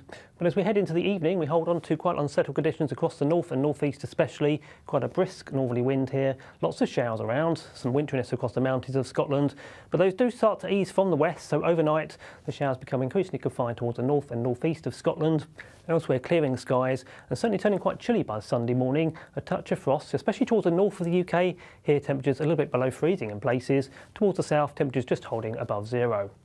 So we get off to a pretty chilly start across the UK. Lots of frost around, especially towards the north, as I say. And here, still quite a few showers to start the morning on Sunday.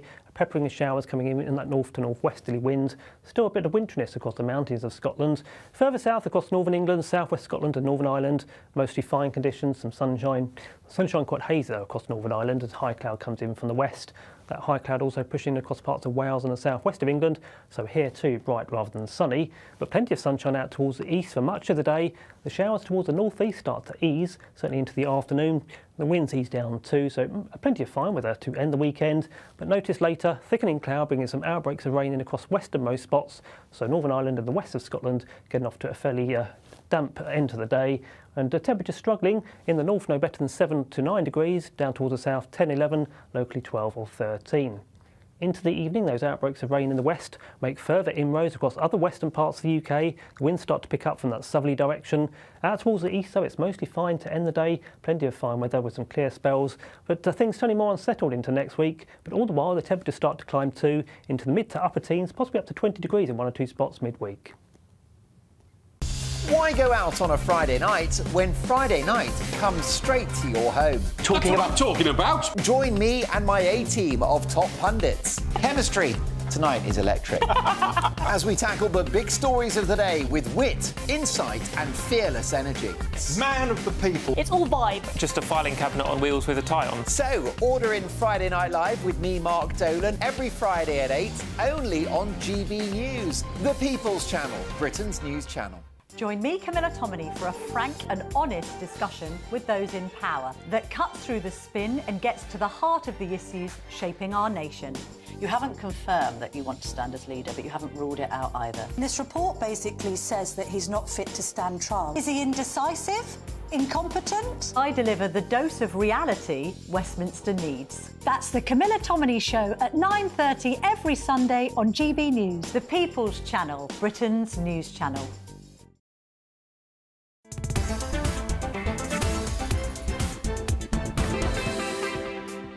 Well, it's just coming up to 41 minutes after 4 o'clock. This is GB News. We are Britain's news channel. Don't forget as well, download the GB News app. It is completely free, and then you can check out all the programmes in your own time, wherever you are. I'm Nana Akua. Welcome on board. It's time now for the Great British Debate this hour, and I'm asking, was it right for Taylor Swift to be given a police escort? Keir Starmer and Yvette Cooper have both admitted to taking free concert tickets for her. But did this have anything to do with the decision to award police protection? Culture Secretary Lisa Nandy seemed to admit that Labour politicians were involved in discussions with police when she was quizzed about the freebie row. Sky News was at these events in these same boxes as well, to be completely fair. Who was there? And, well, you were there. I paid for my tickets. I paid for my tickets. Well, he's paying for his tickets. Eventually you paid for them. But, you know, he's paying for his tickets, and he's Eventually, been clear I paid about for mine that up because he front thinks it's 8 months important. earlier. But he... So please don't do that. No, but he genuinely does think it's important. Who else and went he is apart paying from for me? it. From Sky? Well, I went, and I've declared that in line with the ministerial code. But you don't work for Sky. But your suggestion is that somehow they shouldn't be going. That's exactly my suggestion. Exactly. They shouldn't be going. Shouldn't be accepting any freebies. So amid the freebie scandal, was this the right decision to give Taylor Swift a blue light escort? Let's see what my panel make of that. Joining me, commentator and broadcaster Lizzie Cundy, also entrepreneur and social commentator Joanna Jarju. Joanna Jarju, were they right giving her a blue light escort? I think that if they had the right analysis from the police and the police thought that it was something that was worthy, then, you know, Taylor Swift is a massive global star icon at this point for this generation. And like I was saying before, you know, there's been certain conversations and scares when it comes to terror threats and things like that. We've seen in this country certain things that have happened when international stars have come, like the unfortunate events of the Manchester bombing for the Ariana Grande concert. I really think that this is something that is way beyond the squabbling about freebies and everything like that. I think that a proper risk assessment has been made. And I think when you've got a massive global star like that, is it really that much of a big deal, considering as well the input to the economy? So it's not even... No, I'm not going with that because she's making money out of that. She's making money out of it, but also the economy. But then if that's the case, how much credibility do you think the MPs have having accepted free tickets and then now giving her the blue light? I don't think that it's solely a political decision. I think that when something like this is made, it's also a police thing. So I don't even think that it kind of falls, the burden isn't just on their shoulders. I still would have thought they would consider that would be a very bad look, Lizzie Cundy. I think it's a disgraceful look. Look, she's not a royal, she's not a prime minister, she's actually a billionaire and she can afford her own security. This is tit for tat. I'll scratch, you know, my back, you scratch yours. No. It is. I think it shows them up for what they are, and they're such hypocrites. They lose all credibility with this, and they've been caught out. They've been caught out. They wouldn't have admitted it if they hadn't been caught out. They wouldn't have given back the money. They took tickets willy-nilly, loads of them. Not just Keir Starmer, were there enjoying freebie tickets. And these tickets, let me tell you, I couldn't even get one, and I can get tickets for most things, and they cost a fortune. And do you know what? How hypocritical, how embarrassing. No, let's just look at this objectively. When somebody is a massive global star and they come onto your soil, the last thing you want is for global artists to feel like they're not safe or they don't have the same levels of protection. When you think about it, when you have police protection, it's completely different to how private security in the US and other countries who can have guns, for example, example. And it's a similar case to why Prince Harry also should have private protection. You said, oh, she's not a royal, it's just not this. Prince Harry also should have... royal. He's not a working But still, he has the same... It's about the threat level. He gave them up. He gave that up. He had that. So in America, does she have the... In America, does Taylor Swift have the presidential security? No, because it's different. It's pathetic. She's a billionaire. She can pay for her own security. It really doesn't... and she's got this, and we all know why. So let's not fool. We're not fools. I'm sure Taylor Swift isn't kind of saying, oh, you know, bidding for police protection for no reason. No. Apparently, her mother said that they wouldn't come unless they got some sort of protection. Yes, because the security... Just to correct that. She would, apparently she did with her mum. But then there's a valid reason for that. Like I was saying, the security measure, the type of security you can get in the US is completely different from here in terms of... Of course it is, because they can all carry guns. They carry guns, exactly. Yeah, but they're allowed to. They're allowed to. We don't have that here. Exactly. So even if she gets the best private security in the UK, it's different from having police protection. And that's the reason why Prince Harry was literally willing to go to court to get it. That's fine. And that's all very well. But the optics are bad, aren't they, surely, for the MPs to be accepting these tickets, including the Home Secretary, Yvette Cooper, who would directly handle something like this. This is my assumption that she would get involved in this, and yet she has accepted tickets. Well, the optics are bad to an extent to people like you, but also on the reverse... people that have that opinion... The Great British Voice. Let's find out what they think at home, because my show's nothing without them. Our Great British Voice, let's welcome them onto the show. Let's go to Hull, let's speak to Dan Bryan. Dan Bryan, Taylor Swift concerts, tickets, yeah. Would you have accepted them? No, I didn't realise Taylor Swift needed protection like that. I didn't realise her singing was that bad. But just to counter your guest saying that global superstars need that kind of protection, Kylie Minogue gets the train quite regularly to massive cities where she's playing. She's a global superstar. She gets off the train with the crowd, she gets into her waiting car and she gets whisked away to wherever she needs to be. No blue lights, no police protection, nothing. All it does is draw more attention to yourself as an artist. You can do it a lot more discreetly and with your own security. And about Harry and Meghan, I mean, I'm not one to gossip, Nana, as you know, but I suspect somebody's absolutely furious right now that Taylor Swift got that amount of security when they have to beg and borrow it from the British government. Dan Bryan, thank you very much. A pleasure. He's there in Hull. That is our Great British Voice. Right, you're with me. I'm Nana Akua. This is GB News. We're Britain's news channel. Coming up, The Pulse. But first, let's get your latest news. We've had those already. Dr. Rennie Hundekamp will be here soon.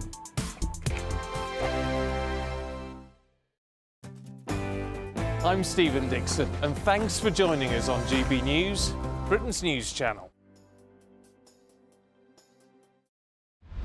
Britain's newsroom, weekday mornings from 9:30. We shouldn't have to do this, Rebecca. These men should have been compensated long ago. They shouldn't have to fight for recognition. And this is what's happened over the last 72 years. So all the way through from the test through to the present day, they've known that something happened to them. They've seen what they've been through, their medical conditions, the fact that many of these servicemen died well before their time. And they were ignored in a way that other countries didn't ignore their similar testing veterans. So other nuclear powers across the world, the US, for example, compensated and recognised their nuclear testing veterans many, many years ago. Yet, unfortunately, successive governments in the UK failed to do that. After the long campaign for medallic recognition, finally, these servicemen received medallic recognition, but it came in a jiffy bag in the post, which is not the way to honour the service that these men gave to our country. There needs to be an understanding and an uncovering of the truth of what they actually went through. They've been fighting for many years for access to their medical records, for example, urine and blood tests that they know were taken during their service. But when many of these families have tried to access their records, these test results seem to be missing, and there's no explanation as to why this has happened. What basis does the Ministry of Defence say it's not our responsibility?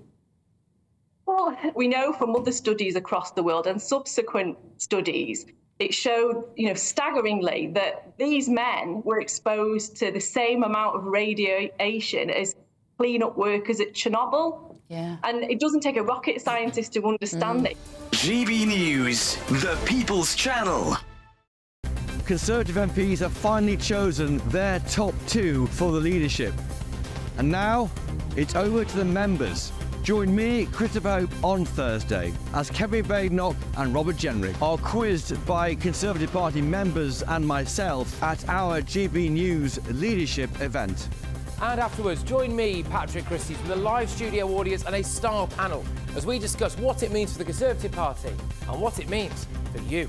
Decision Time, the race to lead, from 7 p.m. this Thursday, only on GB News, the People's Channel, Britain's news channel.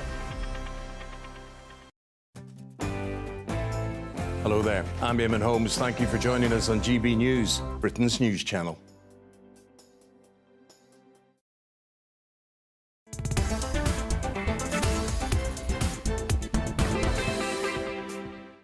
Good afternoon, welcome. It's time for The Pulse. I'm Nana Akua. Joining me, medical expert and author Renee Honderkamp. Renee. Hello. Hello. Renee, let's start with this whole thing about toddlers. Apparently they're getting too much screen time on tablets and things. I don't get it. What's the problem with that? So apparently, and you know what, I think the problem with this is that it creates a divide between parents that do and parents that don't, and that isn't the way to do it. I think we need to have constructive conversations about it and explain what's wrong with it. And we're seeing more and more data now going through to teenagers, obviously, that unfortunately screens give kids all of the time these dopamine hits. So whenever they're swiping through cartoon after cartoon after cartoon or whatever it is as they get older, they're getting constant dopamine hits.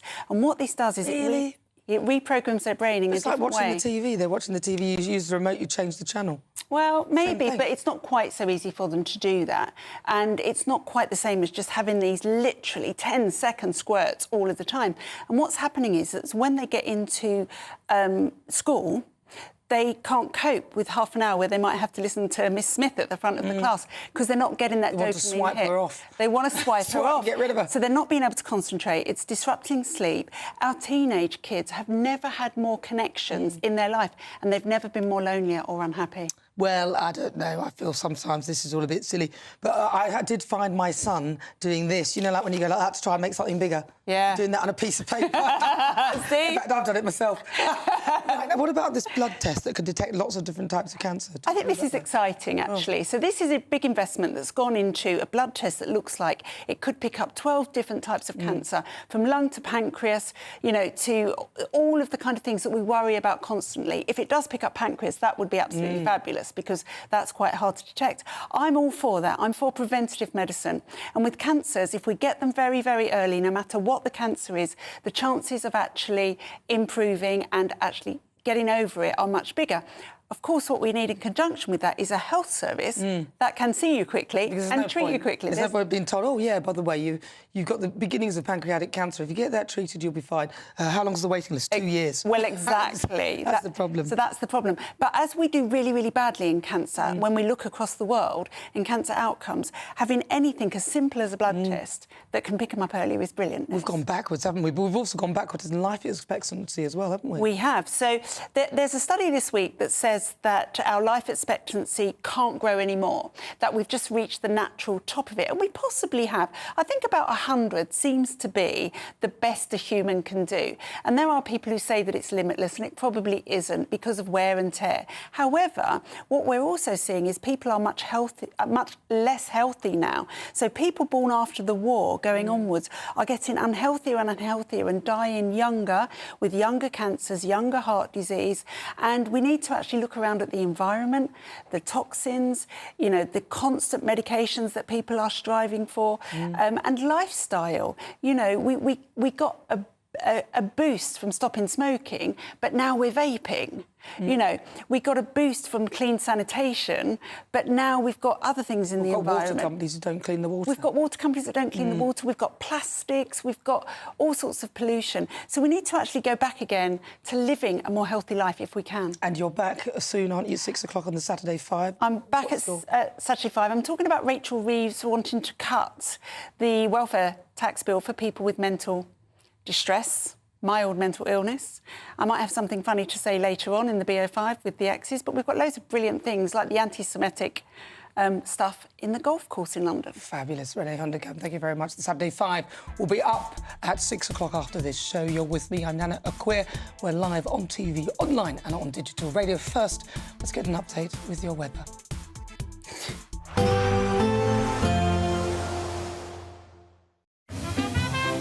Heavy showers first thing will be followed by a warm, cosy day. Boxed boilers, sponsors of weather on GB News. Hello, here's your latest weather update from the Met Office for GB News. We'll see rain clearing eastwards across the UK over the next 12 hours or so, followed by a chilly night and then mostly fine conditions tomorrow. Low pressure's in charge at the moment, centred towards the north of the UK, but it's starting to pull away towards the east now. A small ridge of high pressure coming in for the west, promising a quieter end to the weekend. But as we head into the evening, we hold on to quite unsettled conditions across the north and northeast especially. Quite a brisk northerly wind here. Lots of showers around, some winteriness across the mountains of Scotland. But those do start to ease from the west, so overnight the showers become increasingly confined towards the north and northeast of Scotland. Elsewhere, clearing skies and certainly turning quite chilly by Sunday morning. A touch of frost, especially towards the north of the UK. Here, temperatures a little bit below freezing in places. Towards the south, temperatures just holding above zero. So we get off to a pretty chilly start across the UK. Lots of frost around, especially towards the north, as I say. And here, still quite a few showers to start the morning on Sunday. Peppering of showers coming in that north to northwesterly wind. Still a bit of winteriness across the mountains of Scotland. Further south across northern England, southwest Scotland and Northern Ireland, mostly fine conditions, some sunshine. Sunshine quite hazy though across Northern Ireland as high cloud comes in from the west. That high cloud also pushing across parts of Wales and the southwest of England, so here too bright rather than sunny, but plenty of sunshine out towards the east for much of the day. The showers towards the northeast start to ease, certainly into the afternoon. The winds ease down too, so plenty of fine weather to end the weekend. But notice later, thickening cloud bringing some outbreaks of rain in across westernmost spots, so Northern Ireland and the west of Scotland getting off to a fairly damp end to the day. And the temperature struggling in the north no better than 7 to 9 degrees, down towards the south 10, 11, locally 12 or 13. Into the evening, those outbreaks of rain in the west make further inroads across other western parts of the UK. The winds start to pick up from that southerly direction. Out towards the east, though, it's mostly fine to end the day. Plenty of fine weather with some clear spells. But things turning more unsettled into next week. But all the while, the temperatures start to climb too, into the mid to upper teens, possibly up to 20 degrees in one or two spots midweek. Despite the morning rain, it'll be a nice, warm, cosy day ahead. Boxed heat pumps, sponsors of weather on GB News. There's only 2 weeks. Good luck. Mark Dolan tonight is your weekend dose of news, debate and entertainment. This sounds like a wild conspiracy theory. Don't miss My Big Opinion. Mark meets and My Take at 10. Democracy is a funny old thing. And we don't do boring. Not on my watch. I just won't have it. Let's go and get another glass of that bubbly. You've earned it. That's Mark Dolan tonight, Saturday and Sunday, 9 to 11, only on GB News, the People's Channel, Britain's news channel. Welcome to State of the Nation, daily plunge into the stories shaping our country. I'm Jacob Rees-Mogg, and Monday to Thursday, we bring you the insights, the facts, the truth about how our country is being governed. Because what happens in Downing Street matters down your street. Tune in to State of the Nation every Monday to Thursday, 8 to 9 o'clock. Only on GB News, the People's Channel, Britain's news channel.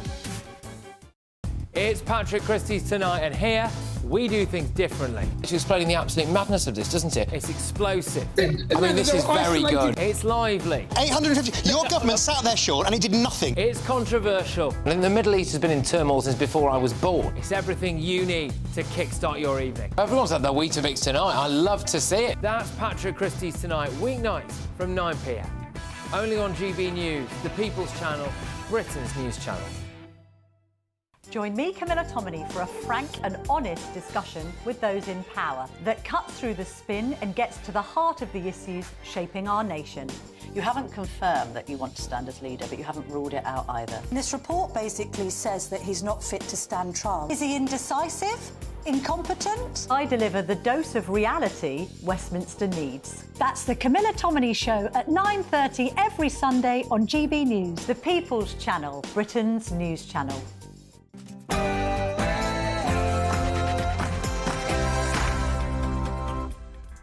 Good afternoon. It's fast approaching 5 o'clock. I'm Nana Akua. This is GB News. We're live on TV, online and on digital radio. And for the next hour, me and my panel will be taking on some of the big topics hitting the headlines right now. This show is all about opinion. It's mine, it's theirs, and of course, it's yours. We'll be debating, discussing, and at times we will disagree, but no one will be cancelled. So joining me today, it's broadcaster and columnist Lizzie Cundy, and also entrepreneur and social commentator Joanna Jarjou. Now, coming up, me and my panel will be taking on some of those big topics that are hitting the headlines. Loads still coming up. We'll be talking... Now our country has voted decisively for change, for national renewal and a return of politics to public service. Prime Minister, you are having to reset before you've even hit 100 days in government. Yes, of course, today does mark 100 days of Sir Keir Starmer's office, and I've got a poll up right now on X asking you what's your verdict. Is it good, bad or ugly? Then coming up, difficult conversations. Joining me, lawyer and CEO of Save the Asian Elephant, Duncan McNair, will be discussing his work on the welfare of animals. But before we get started, let's get your latest news headlines with Sam Francis.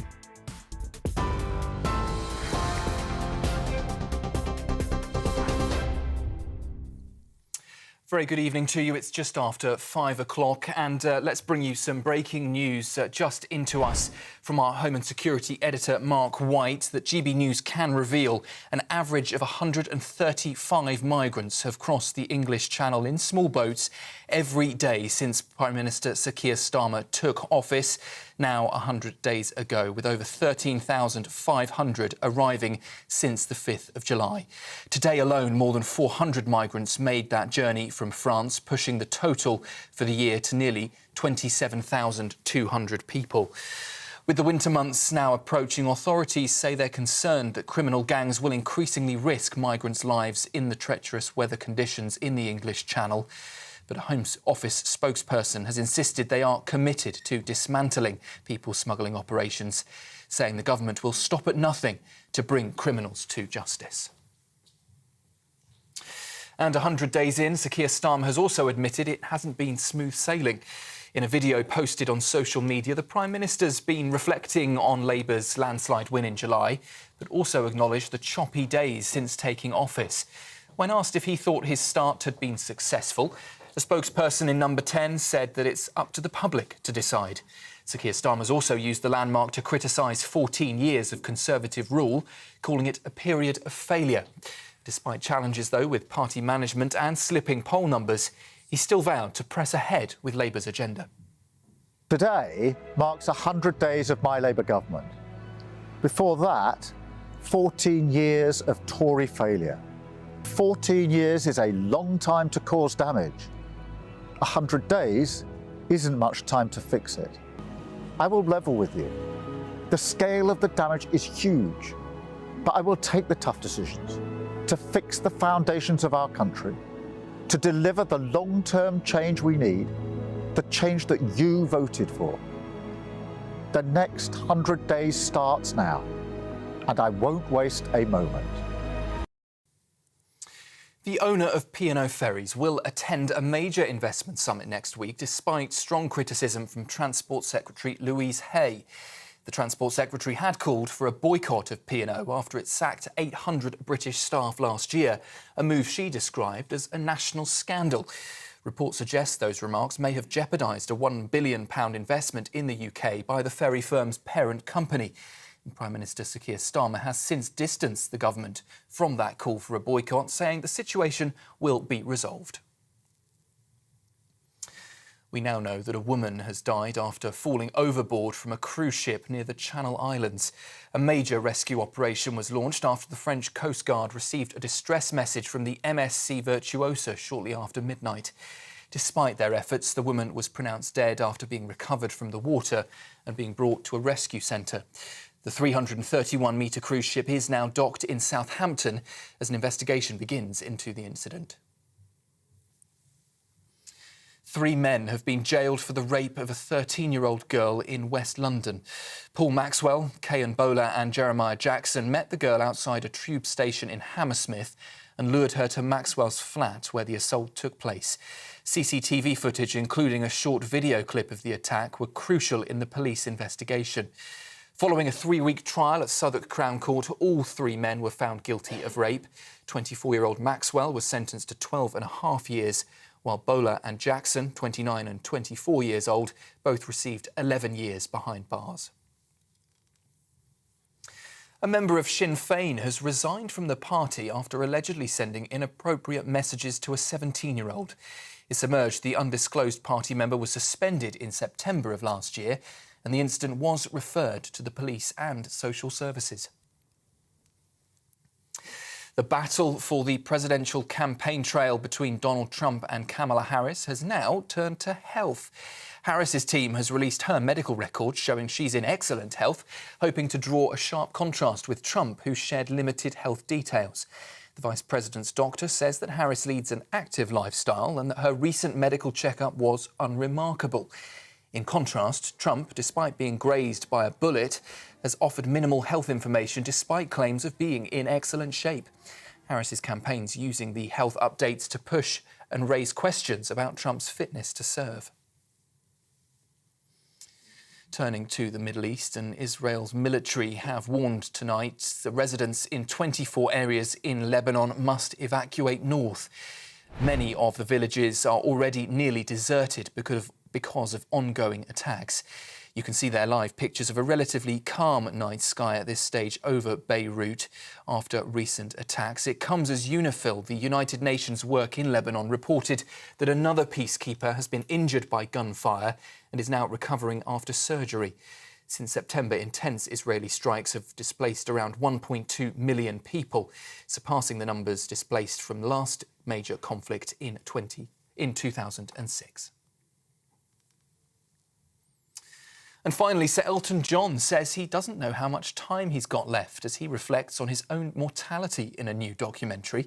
The film Elton John, Never Too Late, captures him preparing for his final North American concert at Dodger Stadium, where he last performed in 1975. The 77-year-old star also speaks out in the documentary about making the most of his time with his 2 sons amid their worries about his age. Those are the latest headlines for now. I'll be back with you for another roundup at 5:30. For the very latest GB News direct to your smartphone, sign up to News Alerts by scanning the QR code or go to gbnews.com/alerts. Yes, good afternoon. 7 minutes after 5 o'clock. This is GB News. I'm reading some of the comments on your side, but sadly I can't read them out. I'm Nana Akua. Welcome aboard. Me and my panel will be taking on some of the big topics hitting the headlines. Still to come, today marks the first 100 days of Sir Keir Starmer's government. Could they have done any worse? Freebiegate, riots and unworkable policies. Is Britain a country where investors are running for the hills? Then in my difficult conversations today, I'm joined by lawyer and CEO Duncan McNair. Now, he's been named Legal Hero of the Year for 2024. I'll be speaking to him all about his ongoing work with the government. And then, of course, the Great British Debate this hour. I'm asking, is Tory leadership candidate Robert Jenrick right? Should we leave the ECHR? All of this comes after an Albanian man sentenced to 13 years in prison for allegedly shooting a man in the head will remain in the UK as the ECHR defends his right to family life.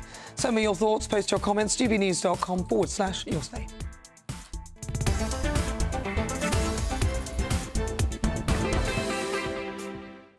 So, of course, today marks 100 days since Labour landslide and they win their general election win in July.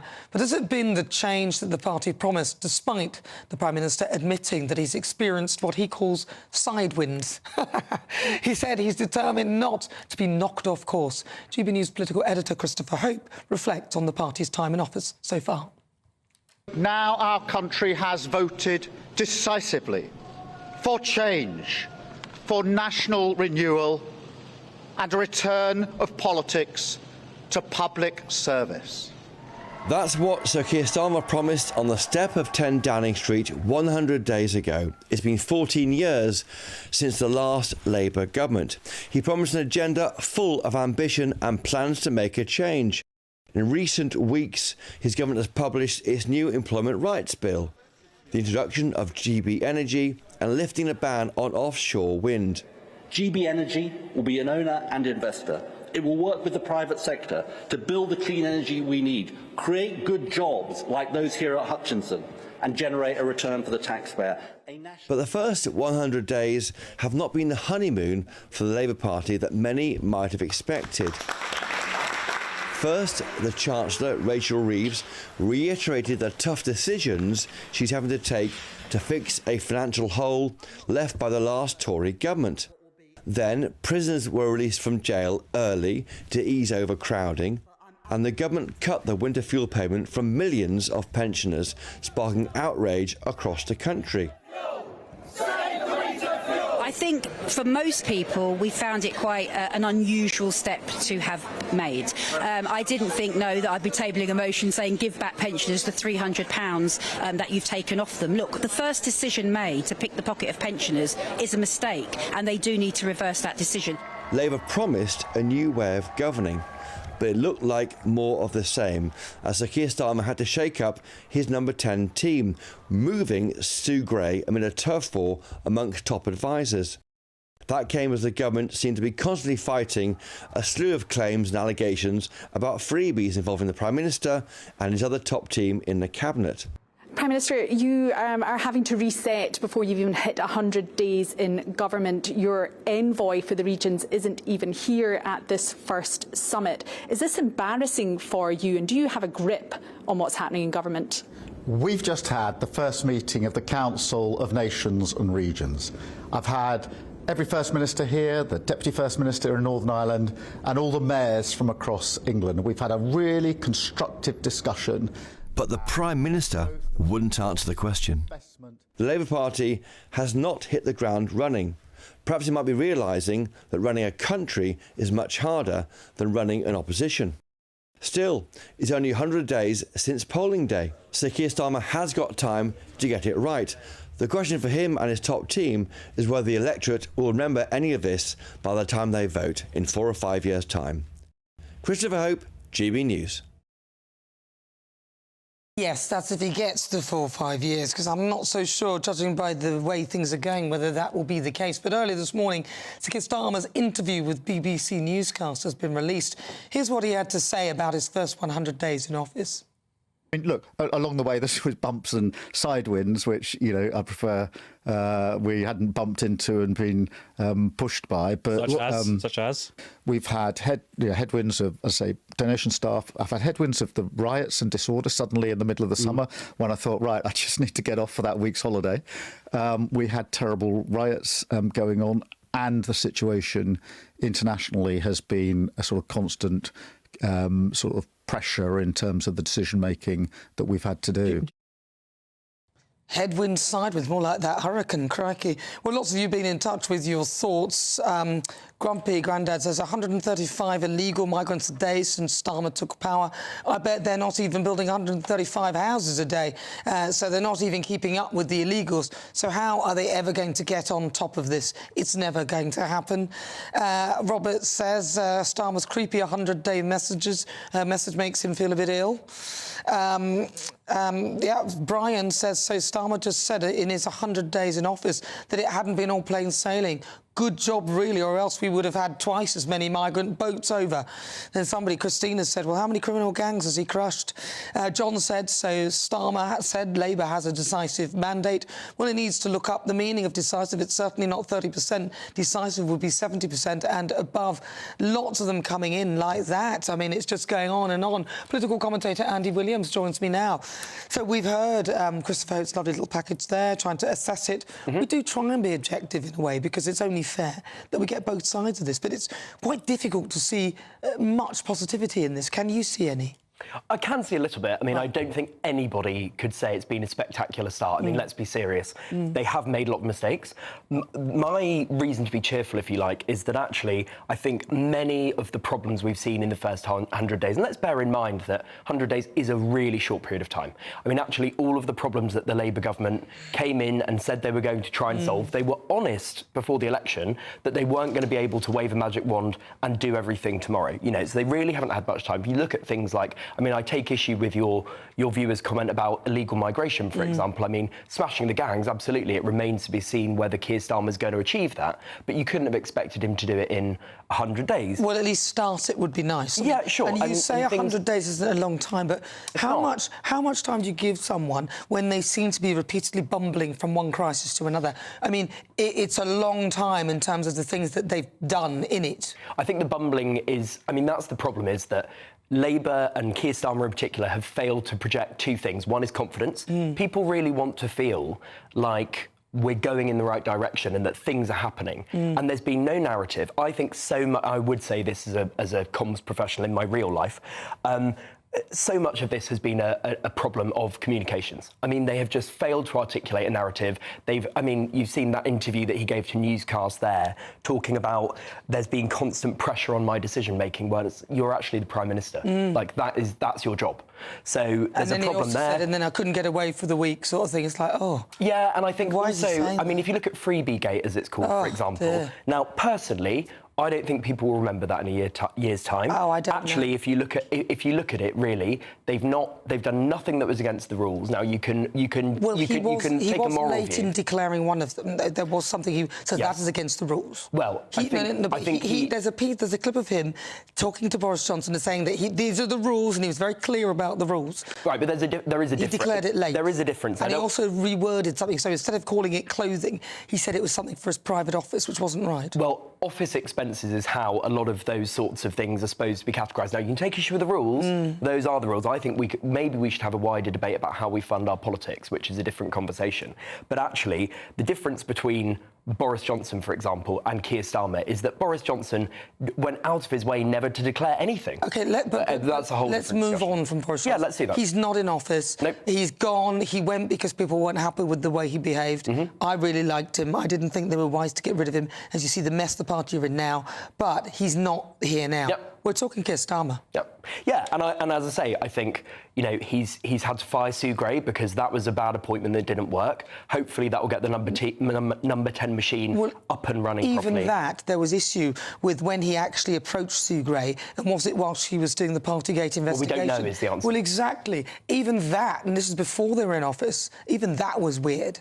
Well, no, I don't think it was. I mean, people... Well, he wouldn't answer the question. There's a problem. He should have answered the question. There's a revolving door between the civil service and politics and the media and sort of lobbying consultancy. Again, maybe you want to talk about should we change that? Is that right? Yeah, but he people wouldn't move answer between the the two all the time. But he wouldn't answer the question as to when he spoke to Sue Gray, and was it during the Partygate investigation? Well, in any case, the appointment didn't work out, right? I mean, that's very, very clear. And actually, what he's done is realised, belatedly, but he has realised that he needs somebody political in the role of Chief of Staff, which is why he's put Morgan McSweeney in place, who I think will do a much better job. And actually, this is what I think... Look, they're making a ton of mistakes, but if you're going to make mistakes, make them early and fail fast, as they say, and move on from them. And I think, actually, if you look at achievements there, I do think there have been achievements. All right, go on. I think, for example, scrapping the Rwanda plan, which wasn't working and was never going to work, was a really good thing. Why wouldn't it have worked? Because I made this comment previously, that when there was a rioting issue, what he did was he punished a few people, and that put everybody off. That's the idea of Rwanda, same thing. The jails were never full enough to take all the rioters, but if you behave in a certain way, decisively and quickly, put some people in jail or do what he did... So I understand the theory. Well, that's the theory, yeah. I understand the theory, but in practice, and it was, you know, it had been launched and it was up and running before Labour came into government, there was no evidence that it was a deterrent. People were still waiting to come over. Well, there was evidence. You see, I don't think that's fair to dismiss that, because we even had our own crews going out and speaking to people who were clearly illegal migrants or people who were camping out in tents, and they all said they're waiting for Keir Starmer, they're waiting for a different government because they're not coming because of Rwanda. And even in Ireland, they found that there were issues with that as well. I just think... So that's the evidence. I think it was... But there is evidence. I disagree. Well, I don't think You're going to ignore that evidence. That's not relevant. No. Well, I don't think it's relevant if you manage to find one or two migrants who are saying it wasn't that, one or we two. don't know. There's quite a few, and even the Irish government was saying that it's had an impact there. I think Rwanda was the wrong policy to solve the problem that needs to be solved. That's my view. That's your personal view, but to say that there's no evidence, I think, is just a little bit OK, well, let's agree to disagree. But I think if we're talking, you know, there will always be people who say about any government, about a Conservative government, they had no achievements whatsoever, or they were absolutely fantastic. So I'm just giving my view. My view is that is an achievement. I think the Employment Rights Bill that was launched on Thursday is a really landmark piece of legislation. Well, a lot of employers are very concerned about it. Well, I think it's a really good example of where Labour could have gone much further and done something that was much more anti-business, and they didn't. Well, they had to, because they would have lost investment. No, but what they did is they were pragmatic, they were sensible, they did liaise and engage with business. Actually, the CBI came out and said they thought it was a good bill. I know the Federation of Small Businesses were critical, so there is a balance there. But overall, they could have done things like completely saying day one rights, full stop. They didn't do that. Well, they were saying it, and they put the frighteners up a lot of people. Well, that's smart policy But making. it's not smart policy, because what you do is you scare off investors, and investors want confidence. They don't want to be uncertain, and actually big bosses like the people who own Sainsbury's are concerned about the uncertainty in the market. You had Louise Haigh, the Transport Secretary, coming out with those comments about P&O, which was foolish, considering they're going to supposedly meet the owners of them on Monday, and thankfully they've agreed to do that. There's a really interesting... She shouldn't be doing that. Really interesting question about this. I mean, again, I think there is a comms problem there, because number 10, and therefore, by extension, ultimately Keir Starmer, signed off a press release which had that critical quote in it, and then sort of slapped Louise Haigh down yesterday and said she's not speaking for government, she shouldn't have said it. Well, so it's like, which is it? And that is a problem. Well, listen, Andy, we're running out of time. I could talk to you forever on this. We'll bring you back. Andy Williams, thank you so much. Right, what do you think? gbnews.com/your say next. Difficult conversations this week. I'll be joined by lawyer CEO Duncan McNair. He's named the Legal Hero of the Year 2024. We'll be talking about some of the work he's been doing with the government. Don't go anywhere.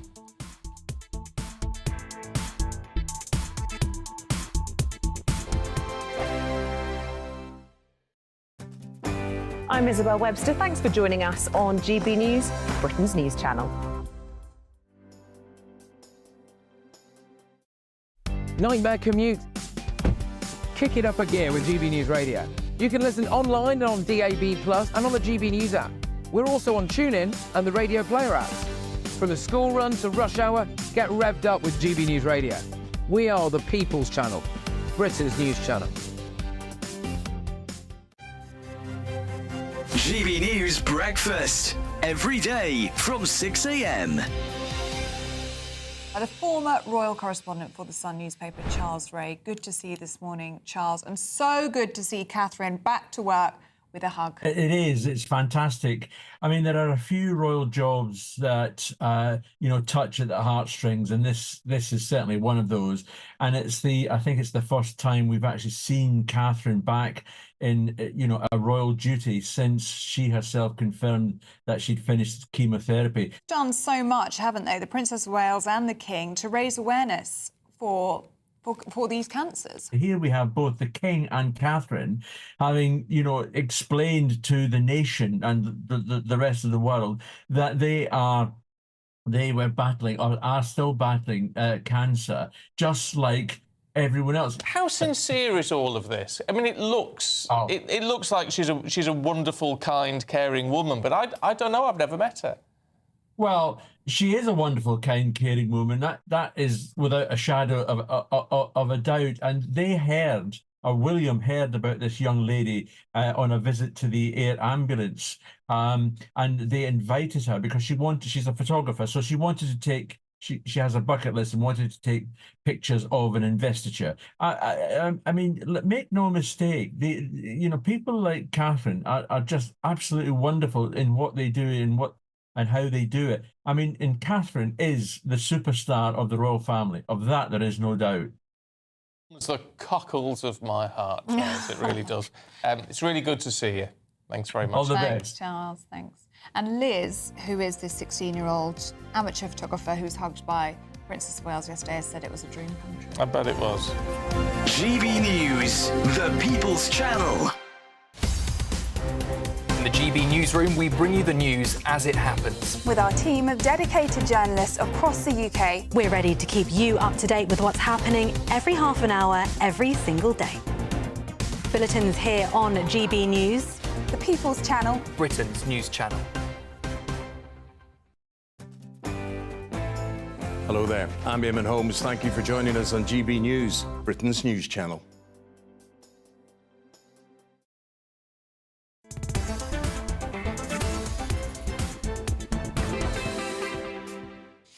Good afternoon, welcome. Just coming up to 25 minutes after 4 o'clock. This is GB News. We're live on TV, online and on digital radio. I'm Nana Akua. And it's time for this week's Difficult Conversations. And joining me is litigation lawyer and author and CEO of animal charity Save the Asian Elephants, Duncan McNair. Now, Duncan has worked for the better welfare of farmed animals and the abolition of the ivory trade, and was named Legal Hero of the Year in 2024 for instigating the Animals Act through Parliament. Now, he is set to meet Baroness Suhayman next week, leaning on the new Labour government to ensure that this law is being implemented correctly. Well, I'm pleased to say that the CEO of Save the Asian Elephants and lawyer Duncan McNair joins me now. Duncan, welcome to the programme. Really lovely to see you again. Lovely to see you again. Thank you. So you've been busy, haven't you, Duncan? Talk to me about your initial path, because it was Save the Asian Elephant, but it's kind of moved on from there, hasn't it? It has, yes. So I founded Save the Asian Elephants 10 years ago after seeing the extreme, horrific cruelty to baby elephants in tourism in India when I first visited. I felt I had to do something about it. I didn't think enough was being done for that highly endangered species. I founded Save the Asian Elephants. We developed it fast. We've got many, many millions of supporters now, with great people helping. I always thought the crucial thing was not to simply try to charm the big tour companies and the countries where this happens with blandishments, but the compulsion and force of law to change things. And being a practicing lawyer helps a great deal. I worked hard to get up policies and to project them around the world, and particularly on our government. We managed to get crucial new law over a year ago now. And I just want to say that some of the scenes that you're seeing on the TV, you might find distressing, so apologies just to let you know, because these are some elephants who have been treated very cruelly. Yeah. And so just to warn people, if you're watching now, that some of those scenes you might find distressing. Sorry, Karen. So, not at all. So this awful cruelty goes on to many species. In the case of elephants, it's daily enforced by these awful instruments called bull hooks, which are used to rip and stab baby elephants who've been dragged in from the wild and beaten up, to break their spirits for easy use in tourism. They're often little babies no higher than your waist, 50% of whom are killed in the process. What is deeply shocking is that this is happening to a highly endangered species, and that the UK market has everything to do with it. Really? In what way? Well, we at Save the Asian Elephants have identified now 1,200 UK-based travel companies who are advertising what we call unethical elephant venues, where a polite term for the extreme brutality to elephants. And that's being conducted at 300 different venues abroad. That's just for elephants. Then we come on to all the other sad situations of other species, most of whom are highly endangered. So we add to the list baby monkeys enslaved from the forest to a life of selfies and profile pictures, tiger cubs, just photo props, lions put in cages and shot dead for fun, dolphins and orcas in tiny featureless pools, so on and so on. Now, the law that we've got last year is a law that bans the advertising of any overseas practice that brutalises any vertebrate species where that treatment, were it to be happening in the UK, would be unlawful. We now need this law to be implemented, and that's what next week's meeting that I'm leading our conglomerate with the government ministers is all about, to press and lean on them to make sure this crucial law is implemented and enforced properly before more animal and human lives are lost. Yeah.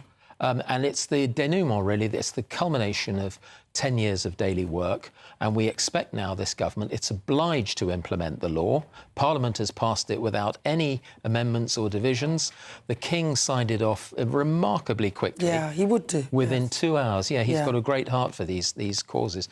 And now we want to get it implemented here and then export it to every country of the world that has a similar unscrupulous market in animal tourism. But it must happen now. Many of these species are absolutely on the brink. I hope that the government will be receptive. It's obliged constitutionally to implement the law. It has no choice, but we want it to do it fast. And I can tell you today that we've just had the results of a new poll that shows that 79% of the British public now want the implementation of this law fast, and 55% of them very strongly support it as a high priority to be implemented. I hope the government will hear what the public, what Parliament, what the monarch, what everyone is saying about the early implementation of this crucial law. Now, people want to find out more about it. I know you've got your website on the top, but let us know where, where they go to. Yes, they can go to our website, stae.org. We are very keen that people see what's happening. We will be asking government to ensure that a campaign of public information is launched at the same time as this act is implemented, so people know what the problems are for these animals, why the law is needed and how they can help. And we really expect the government to cooperate in that venture. We ourselves at Stay, we take no salaries, we take no pay. Many of us put our own money in. We desperately need the help of the public, and we ask if you can be generous. I know these are difficult times, but if you feel you can help us at all with donations, we are very grateful. We don't have much money. We work every day of the week for no money. We want to do it because we love the cause, but that's why we're able to. We have many expenses, and we believe the public want this. We're talking now about the prospects for not only well-being, but survival of the rest of creation in many cases. And we're talking really about the animal kingdom, which is 99.9% of creation. And that's what we're fighting for. Oh, listen, Duncan McNair, such a pleasure to talk to you. www.stae.org, that's the website. That is Duncan McNair. 31 minutes after 5 o'clock, you're with me. I'm Nana Akua. This is GB News. We are live on TV, online and on digital radio. Still to come, we'll continue with the Great British Debate this hour. I'm asking, is Tory candidate Robert Jenrick right? Should we leave the ECHR? But first, let's get your latest news with Sam Francis.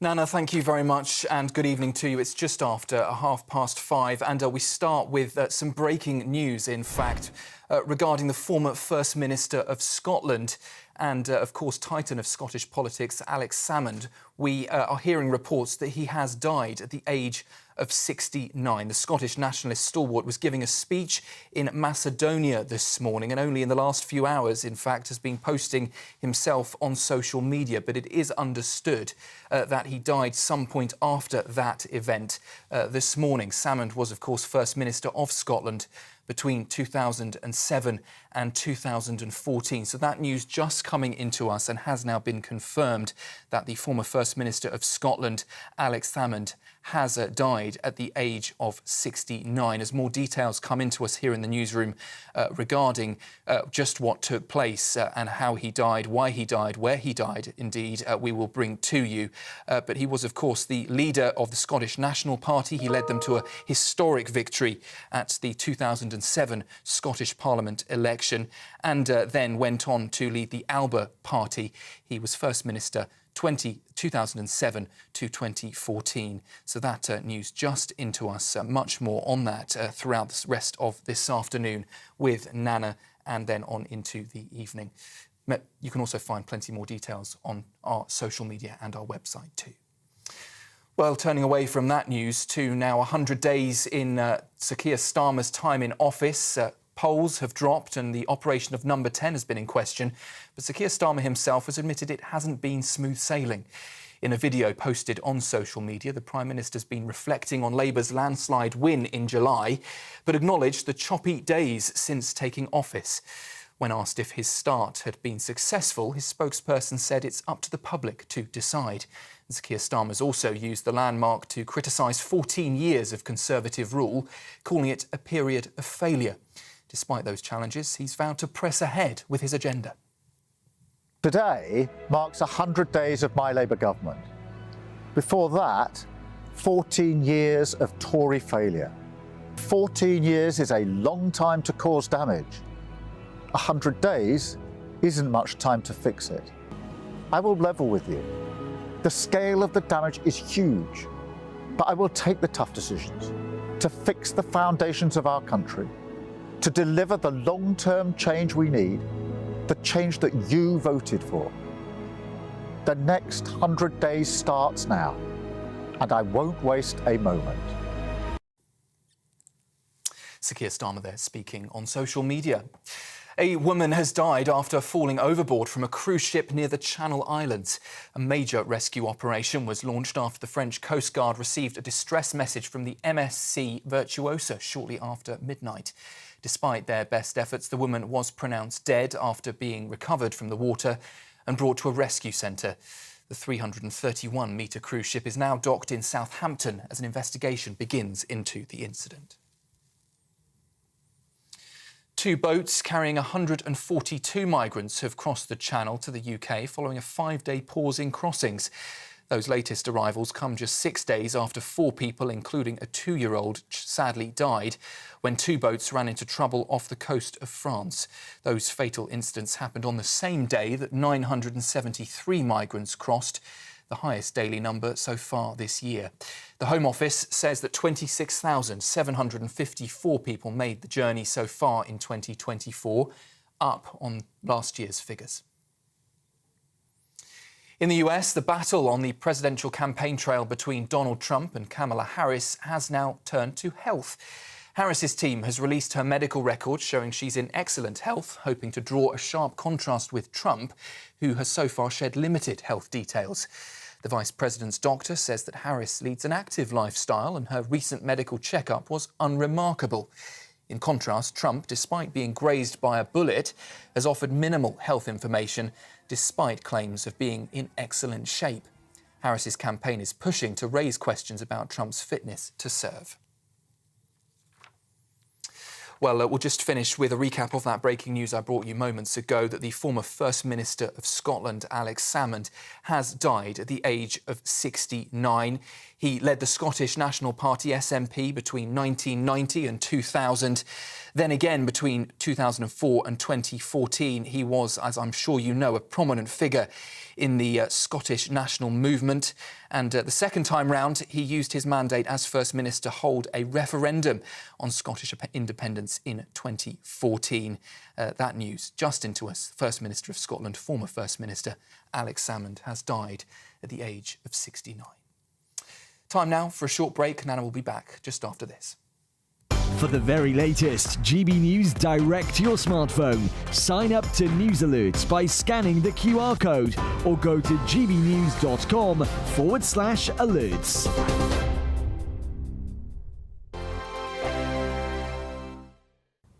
Hello, here's your latest weather update from the Met Office for GB News. We'll see rain clearing eastwards across the UK over the next 12 hours or so, followed by a chilly night and then mostly fine conditions tomorrow.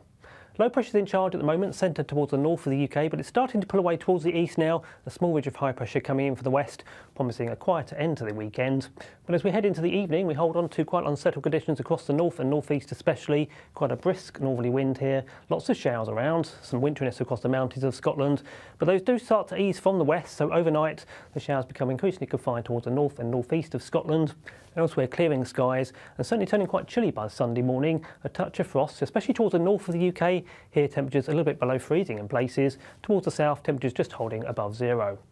So we get off to a pretty chilly start across the UK. Lots of frost around, especially towards the north, as I say. And here, still quite a few showers to start the morning on Sunday. Peppering with showers coming in that north to northwesterly wind. Still a bit of winteriness across the mountains of Scotland. Further south across northern England, southwest Scotland and Northern Ireland, mostly fine conditions, some sunshine. Sunshine quite hazy though across Northern Ireland as high cloud comes in from the west. That high cloud also pushing across parts of Wales and the southwest of England, so here too bright rather than sunny, but plenty of sunshine out towards the east for much of the day. The showers towards the northeast start to ease, certainly into the afternoon. The winds ease down too, so plenty of fine weather to end the weekend. But notice later, thickening cloud bringing some outbreaks of rain in across westernmost spots, so Northern Ireland and the west of Scotland getting off to a fairly damp end to the day. And the temperature struggling in the north no better than 7 to 9 degrees, down towards the south 10, 11, locally 12 or 13. Into the evening, those outbreaks of rain in the west make further inroads across other western parts of the UK. The winds start to pick up from that southerly direction.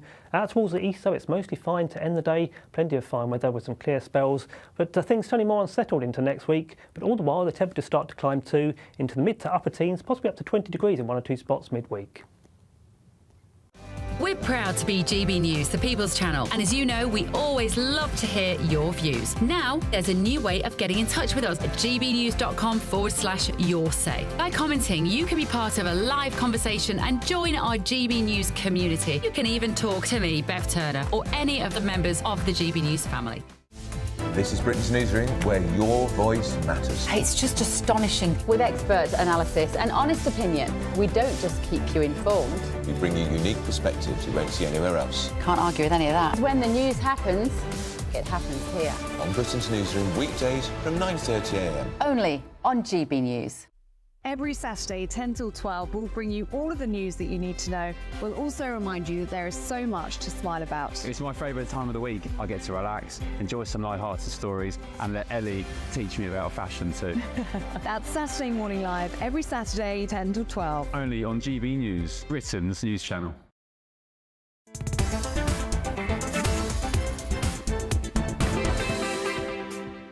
Good afternoon. It's just coming up to 41 minutes after 5 o'clock. This is at GB News. We are Britain's news channel, live on TV, online and on digital radio. Now, just a few moments ago, we heard the former First Minister of Scotland and titan of Scottish politics, Alex Salmond, has died at the age of 69. Well, joining me now for a quick explainer is barrister and writer Stephen Barrett. But first, I want to talk to him about Alex Salmond. So, Stephen, thank you very much for joining me. Yeah, the very sudden, tragic news about him, about Alex Salmond. Stephen, your first thoughts? It's sudden, it's tragic. Yeah. I think we need to remember that we are all human and that we can all go very quickly. And perhaps when we take chunks out of each other in public life, which happens particularly on social media, perhaps we might reflect on that. This is a titan of politics, whether you agreed with him or not. He was an incredibly gifted politician. And you know, my entire life, he's been a force. It's shocking to hear news like this, and it's terribly sad. His poor family will be finding out just now. And I think it's useful if we use these periods to reflect and really think about, you know, as a society, do we disagree that much? Do our disagreements matter that much? Maybe we are all in this together. Yeah, I think what you've just said there is true, isn't it? Sometimes we completely forget that actually we're all fallible, we're all mortal. And, you know, when we are, you know, debating and arguing with each other, that actually that person might not be there tomorrow. And we need to sort of take that into account. Stay there. We'll come back to you, Stephen, because we're going to discuss the ECHR.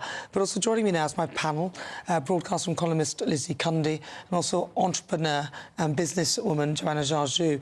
I'm going to start with you, Lizzie Cundy. Terrible news. Terribly. I mean, we were just in the green room when it was announced, totally shocked and saddened by this news, totally shocking. And our hearts go out to his family at this tragic time, but it just goes to show no one is invincible. It doesn't matter what power you have or what position you have.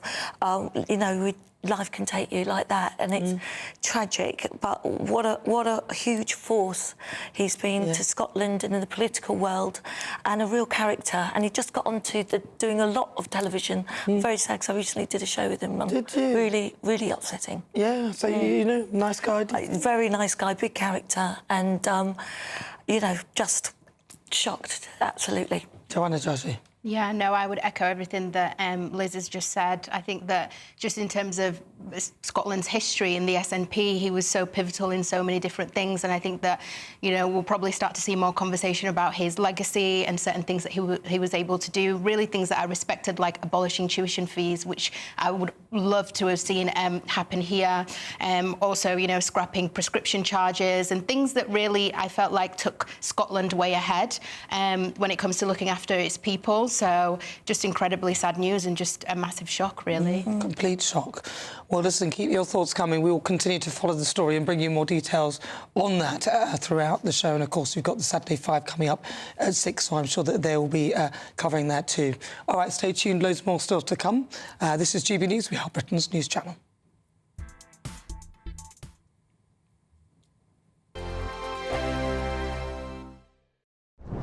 I'm I'm Christopher Hope. And I'm Gloria Di Piero, bringing you PMQ's Live here on GB News. Whenever Parliament is in session on a Wednesday at midday, we'll bring you live coverage of Prime Minister's questions. We'll be asking our viewers and listeners to submit the questions that they would like to put to the Prime Minister, and we'll put that to our panel of top politicians in our Westminster studio. That's PMQ's Live here on GB News.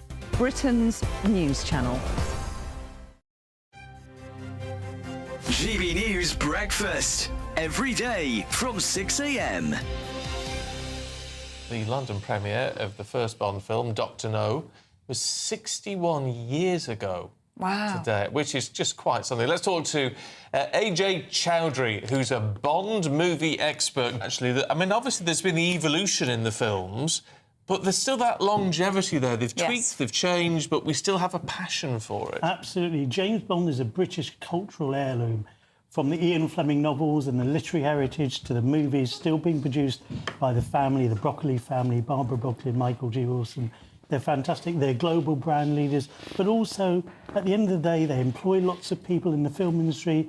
They've kept the institutions in Britain alive and around the world. It's the best filmmakers around the world. Great actors, great stars, but constant renewal and giving us something different, yet something traditional. I really like this sort of gritty Daniel Craig stuff. Whereas I don't. No, you're not a fan. But the genre has changed from something that was slightly comedic, really, quite light and fun, to something a bit heavier. Is that a bad thing or a good thing? You know, there's renewal. Like, I'm sure people... I grew up with Timothy Dalton. He's my favourite Bond. George Lazenby, the one-off, is in the most critically acclaimed Bond film. And Daniel Craig has made the brand so commercially and critically acclaimed. So we're now all waiting on bated breath for the next James Bond. Who do you think it could be? Who's your money on? Nobody knows at the moment. But Sean Connery came back, didn't he, and made a Bond movie that wasn't officially sanctioned. It's all very bizarre. Sean Connery came back a couple of times. He left after You Only Live Twice, then came back again, of course, with enough money. He comes back, and there's a complex legal situation. Sean Connery had a kind of love-hate relationship with James Bond. Unfortunately, that's how he's remembered. GB News, the People's Channel. Good Afternoon Britain isn't just about us. The wonderful thing about this programme is it's about everyone watching. It's an interactive programme. Well, there absolutely is something to see here, and we're going to be talking about it more. Whether it's breaking royal news, Will, please bring us up to date. Or indeed a particularly punchy speech in the House of Commons. Very, very curious. We bring it to you live, and then we bring you live reaction as well. That's Good Afternoon Britain, weekdays from midday. Only on GB News, the People's Channel, Britain's news channel.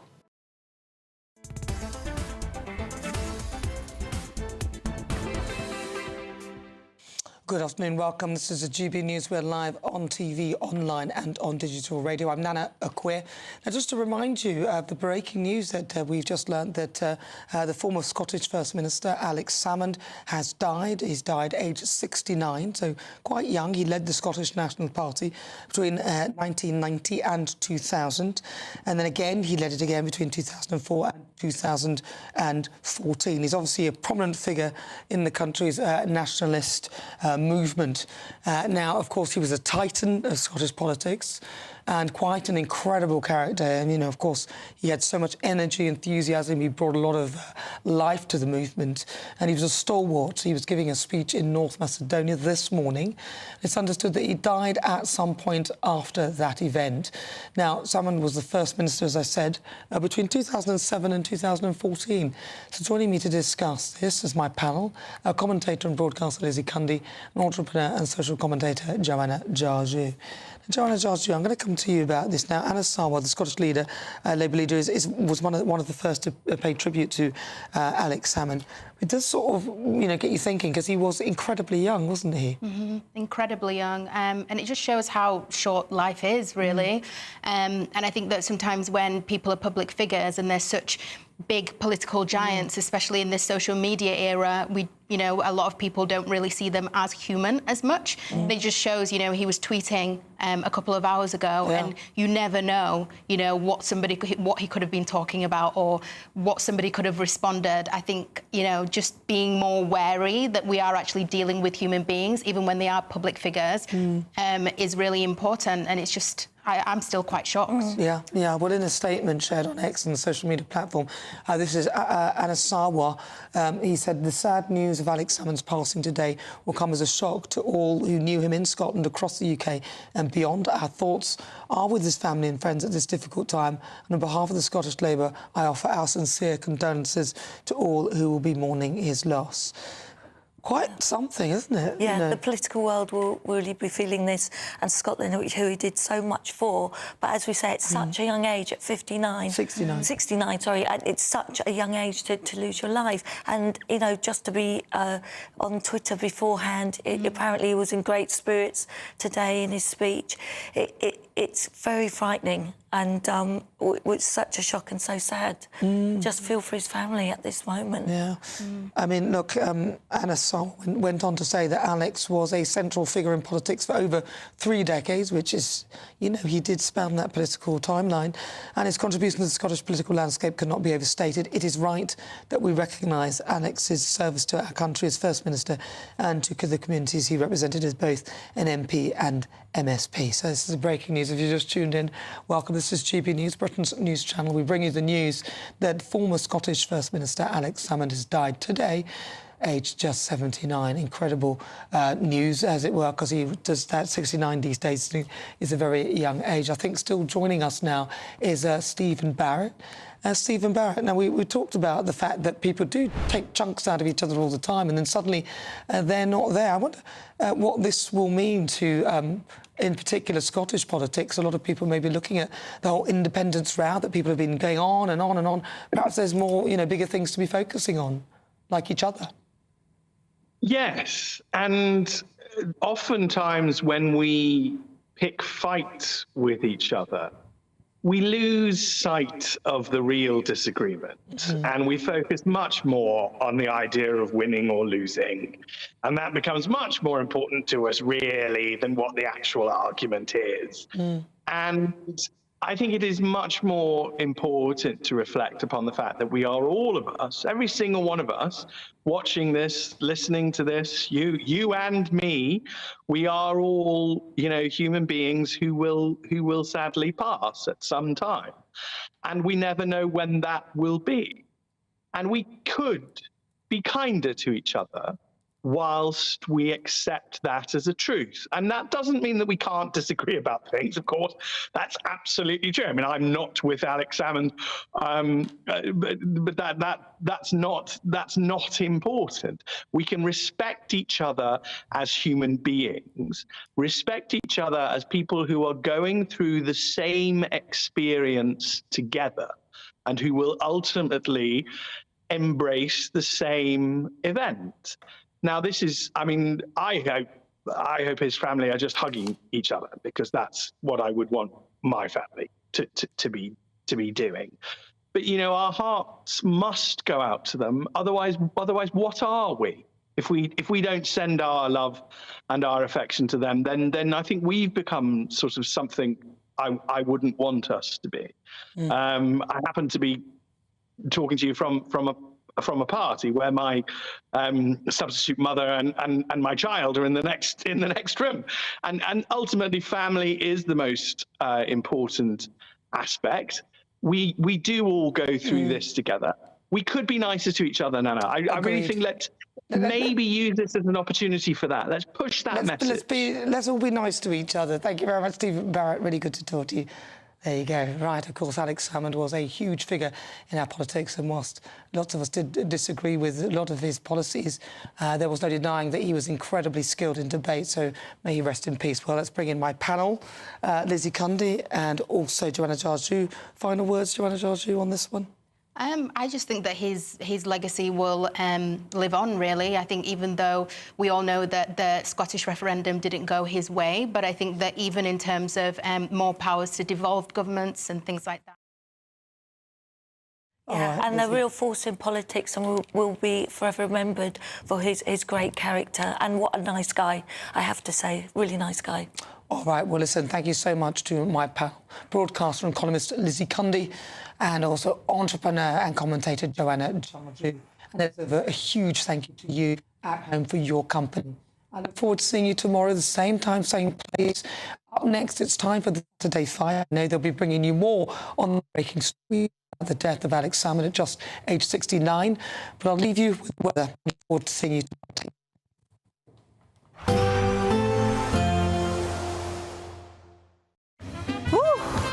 A chilly start will give way to a lovely, warm afternoon. Boxed heat pumps, sponsors of weather on GB News. Hello, here's your latest weather update from the Met Office for GB News. We'll see rain clearing eastwards across the UK over the next 12 hours or so, followed by a chilly night and then mostly fine conditions tomorrow. Low pressure's in charge at the moment, centred towards the north of the UK, but it's starting to pull away towards the east now. A small ridge of high pressure coming in for the west, promising a quieter end to the weekend. But as we head into the evening, we hold on to quite unsettled conditions across the north and northeast especially. Quite a brisk northerly wind here, lots of showers around, some winteriness across the mountains of Scotland. But those do start to ease from the west, so overnight the showers become increasingly confined towards the north and northeast of Scotland. Elsewhere, clearing skies and certainly turning quite chilly by Sunday morning. A touch of frost, especially towards the north of the UK. Here, temperatures a little bit below freezing in places. Towards the south, temperatures just holding above zero. So we get off to a pretty chilly start across the UK, lots of frost around, especially towards the north, as I say. And here, still quite a few showers to start the morning on Sunday. Peppering showers coming in that north to northwesterly wind. Still a bit of winteriness across the mountains of Scotland. Further south across northern England, southwest Scotland and Northern Ireland, mostly fine conditions, some sunshine. Sunshine quite hazy though across Northern Ireland as high cloud comes in from the west. That high cloud also pushing across parts of Wales and the southwest of England, so here too bright rather than sunny, but plenty of sunshine out towards the east for much of the day. The showers towards the northeast start to ease, certainly into the afternoon. The winds ease down too, so plenty of fine weather to end the weekend. But notice later, thickening cloud bringing some outbreaks of rain in across westernmost spots, so Northern Ireland and the west of Scotland getting off to a fairly damp end to the day. And the temperature struggling in the north no better than 7 to 9 degrees, down towards the south 10, 11, locally 12 or 13. Into the evening, those outbreaks of rain in the west make further inroads across other western parts of the UK. The winds start to pick up from that southerly direction. Out towards the east, though, it's mostly fine to end the day. Plenty of fine weather with some clear spells. But things turning more unsettled into next week. But all the while, the temperatures start to climb too, into the mid to upper teens, possibly up to 20 degrees in one or two spots midweek. A chilly start will give way to a lovely, warm afternoon. Boxed heat pumps, sponsors of weather on GB News. We love. Mark Dolan tonight is your weekend dose of news, debate and entertainment. This sounds like a wild conspiracy theory. Don't miss My Big Opinion. Mark meets and My Take at 10. Democracy is a funny old thing. And we don't do boring, not on my watch. I just won't have it. Let's go and get another glass of that bubbly. You've earned it. That's Mark Dolan tonight, Saturday and Sunday, 9 to 11, only on GB News, the People's Channel, Britain's news channel. Welcome to State of the Nation, daily plunge into the stories shaping our country. I'm Jacob Rees-Mogg, and Monday to Thursday, we bring you the insights, the facts, the truth about how our country is being governed. Because what happens in Downing Street matters down your street. Tune in to State of the Nation every Monday to Thursday, 8 to 9 o'clock. Only on GB News, the People's Channel, Britain's news channel. Conservative MPs have finally chosen their top two for the leadership. And now, it's over to the members. Join me, Christopher Hope, on Thursday as Kevin Badenoch and Robert Jenrick are quizzed by Conservative Party members and myself at our GB News leadership event. And afterwards, join me, Patrick Christie, from the live studio audience and a star panel as we discuss what it means for the Conservative Party and what it means for you. Decision time, the race to lead, from 7 p.m. this Thursday, only on GB News, the People's Channel, Britain's news channel. Nightmare commute? Kick it up a gear with GB News Radio. You can listen online and on DAB+ and on the GB News app. We're also on TuneIn and the Radio Player app. From the school run to rush hour, get revved up with GB News Radio. We are the People's Channel, Britain's news channel.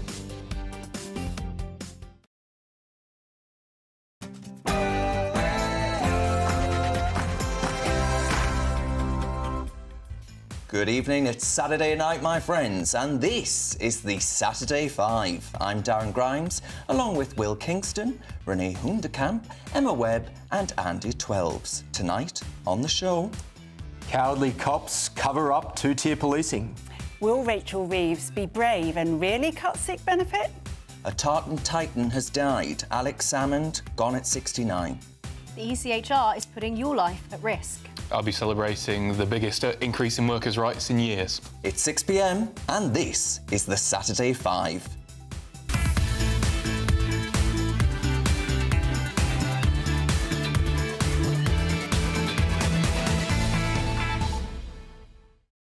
Welcome to the Saturday 5. Well, hey, what a week. What a week. If you missed seeing the Northern Lights across Britain the other day, don't worry, the real Northern Light is right here on the Saturday 5. You're very welcome.